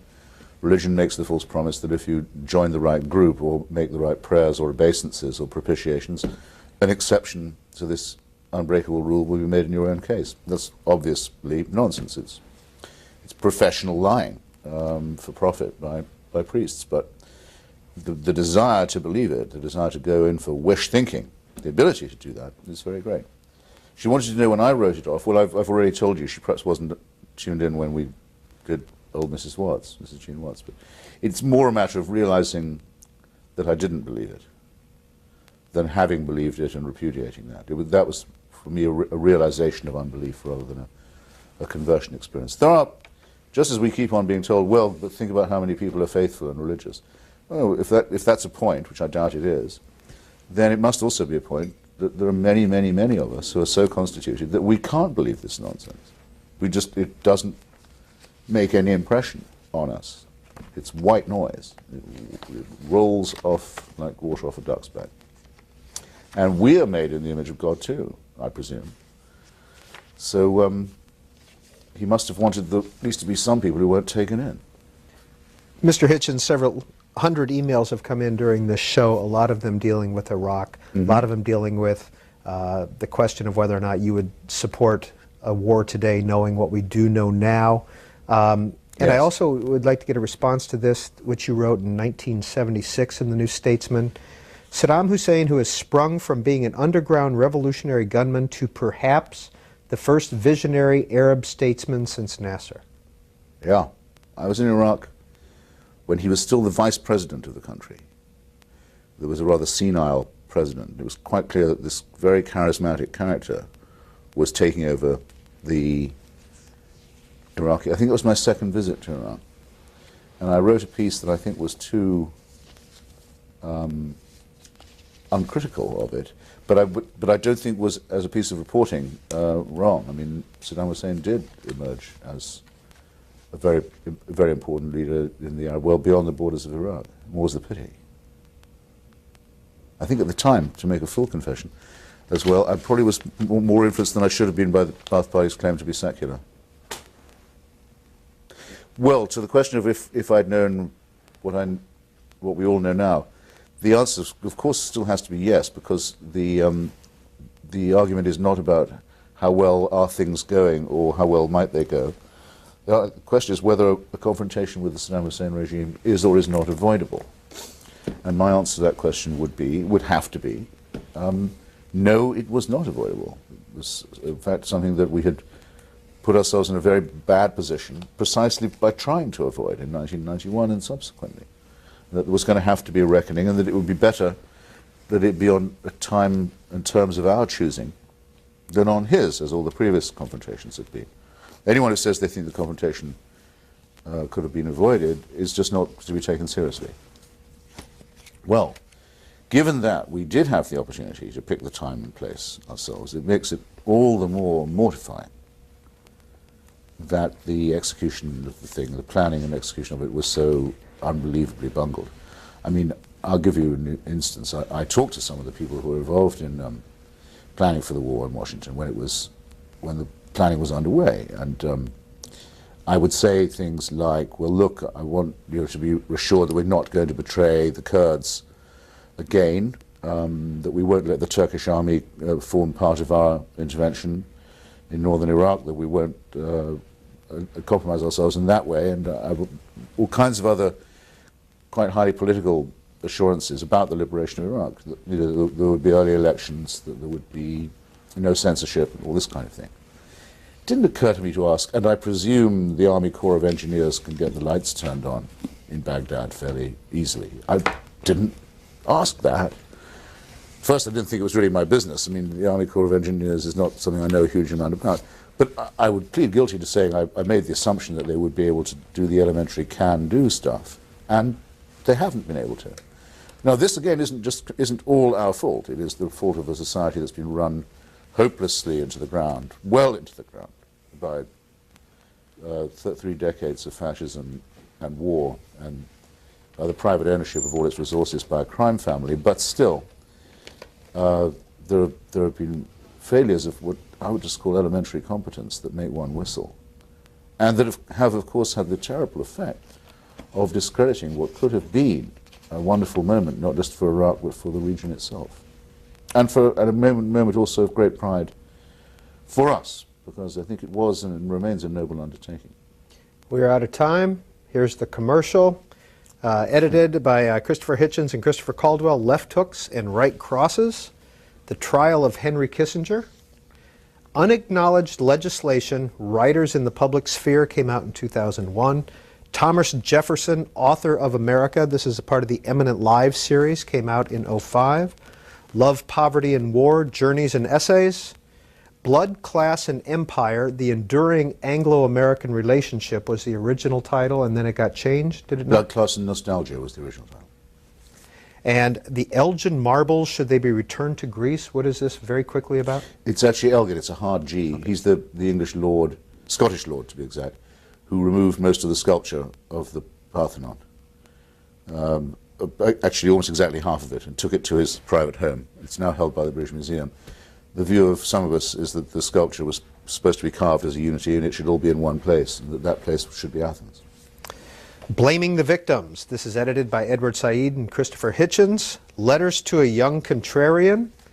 This is Why Orwell Matters. No One Left to Lie To, The Values of the Worst Family, which is the new edition of the Triangulations of William Jefferson Clinton. Prepared for the Worst, Selected Essays and Minority Reports. A Long Short War, The Postponed Liberation of Iraq pamphlet. Thomas Paine's Rights of Man. One of his newest, God Is Not Great, How Religion Poisons Everything. We also have The Missionary Position about Mother Teresa. And something coming out in October, The Portable Atheist, Essential Readings for the Non-Believer, selected and with introductions by Christopher Hitchens, who has been our guest for the last 3 hours on In Depth. Thank you. No, it's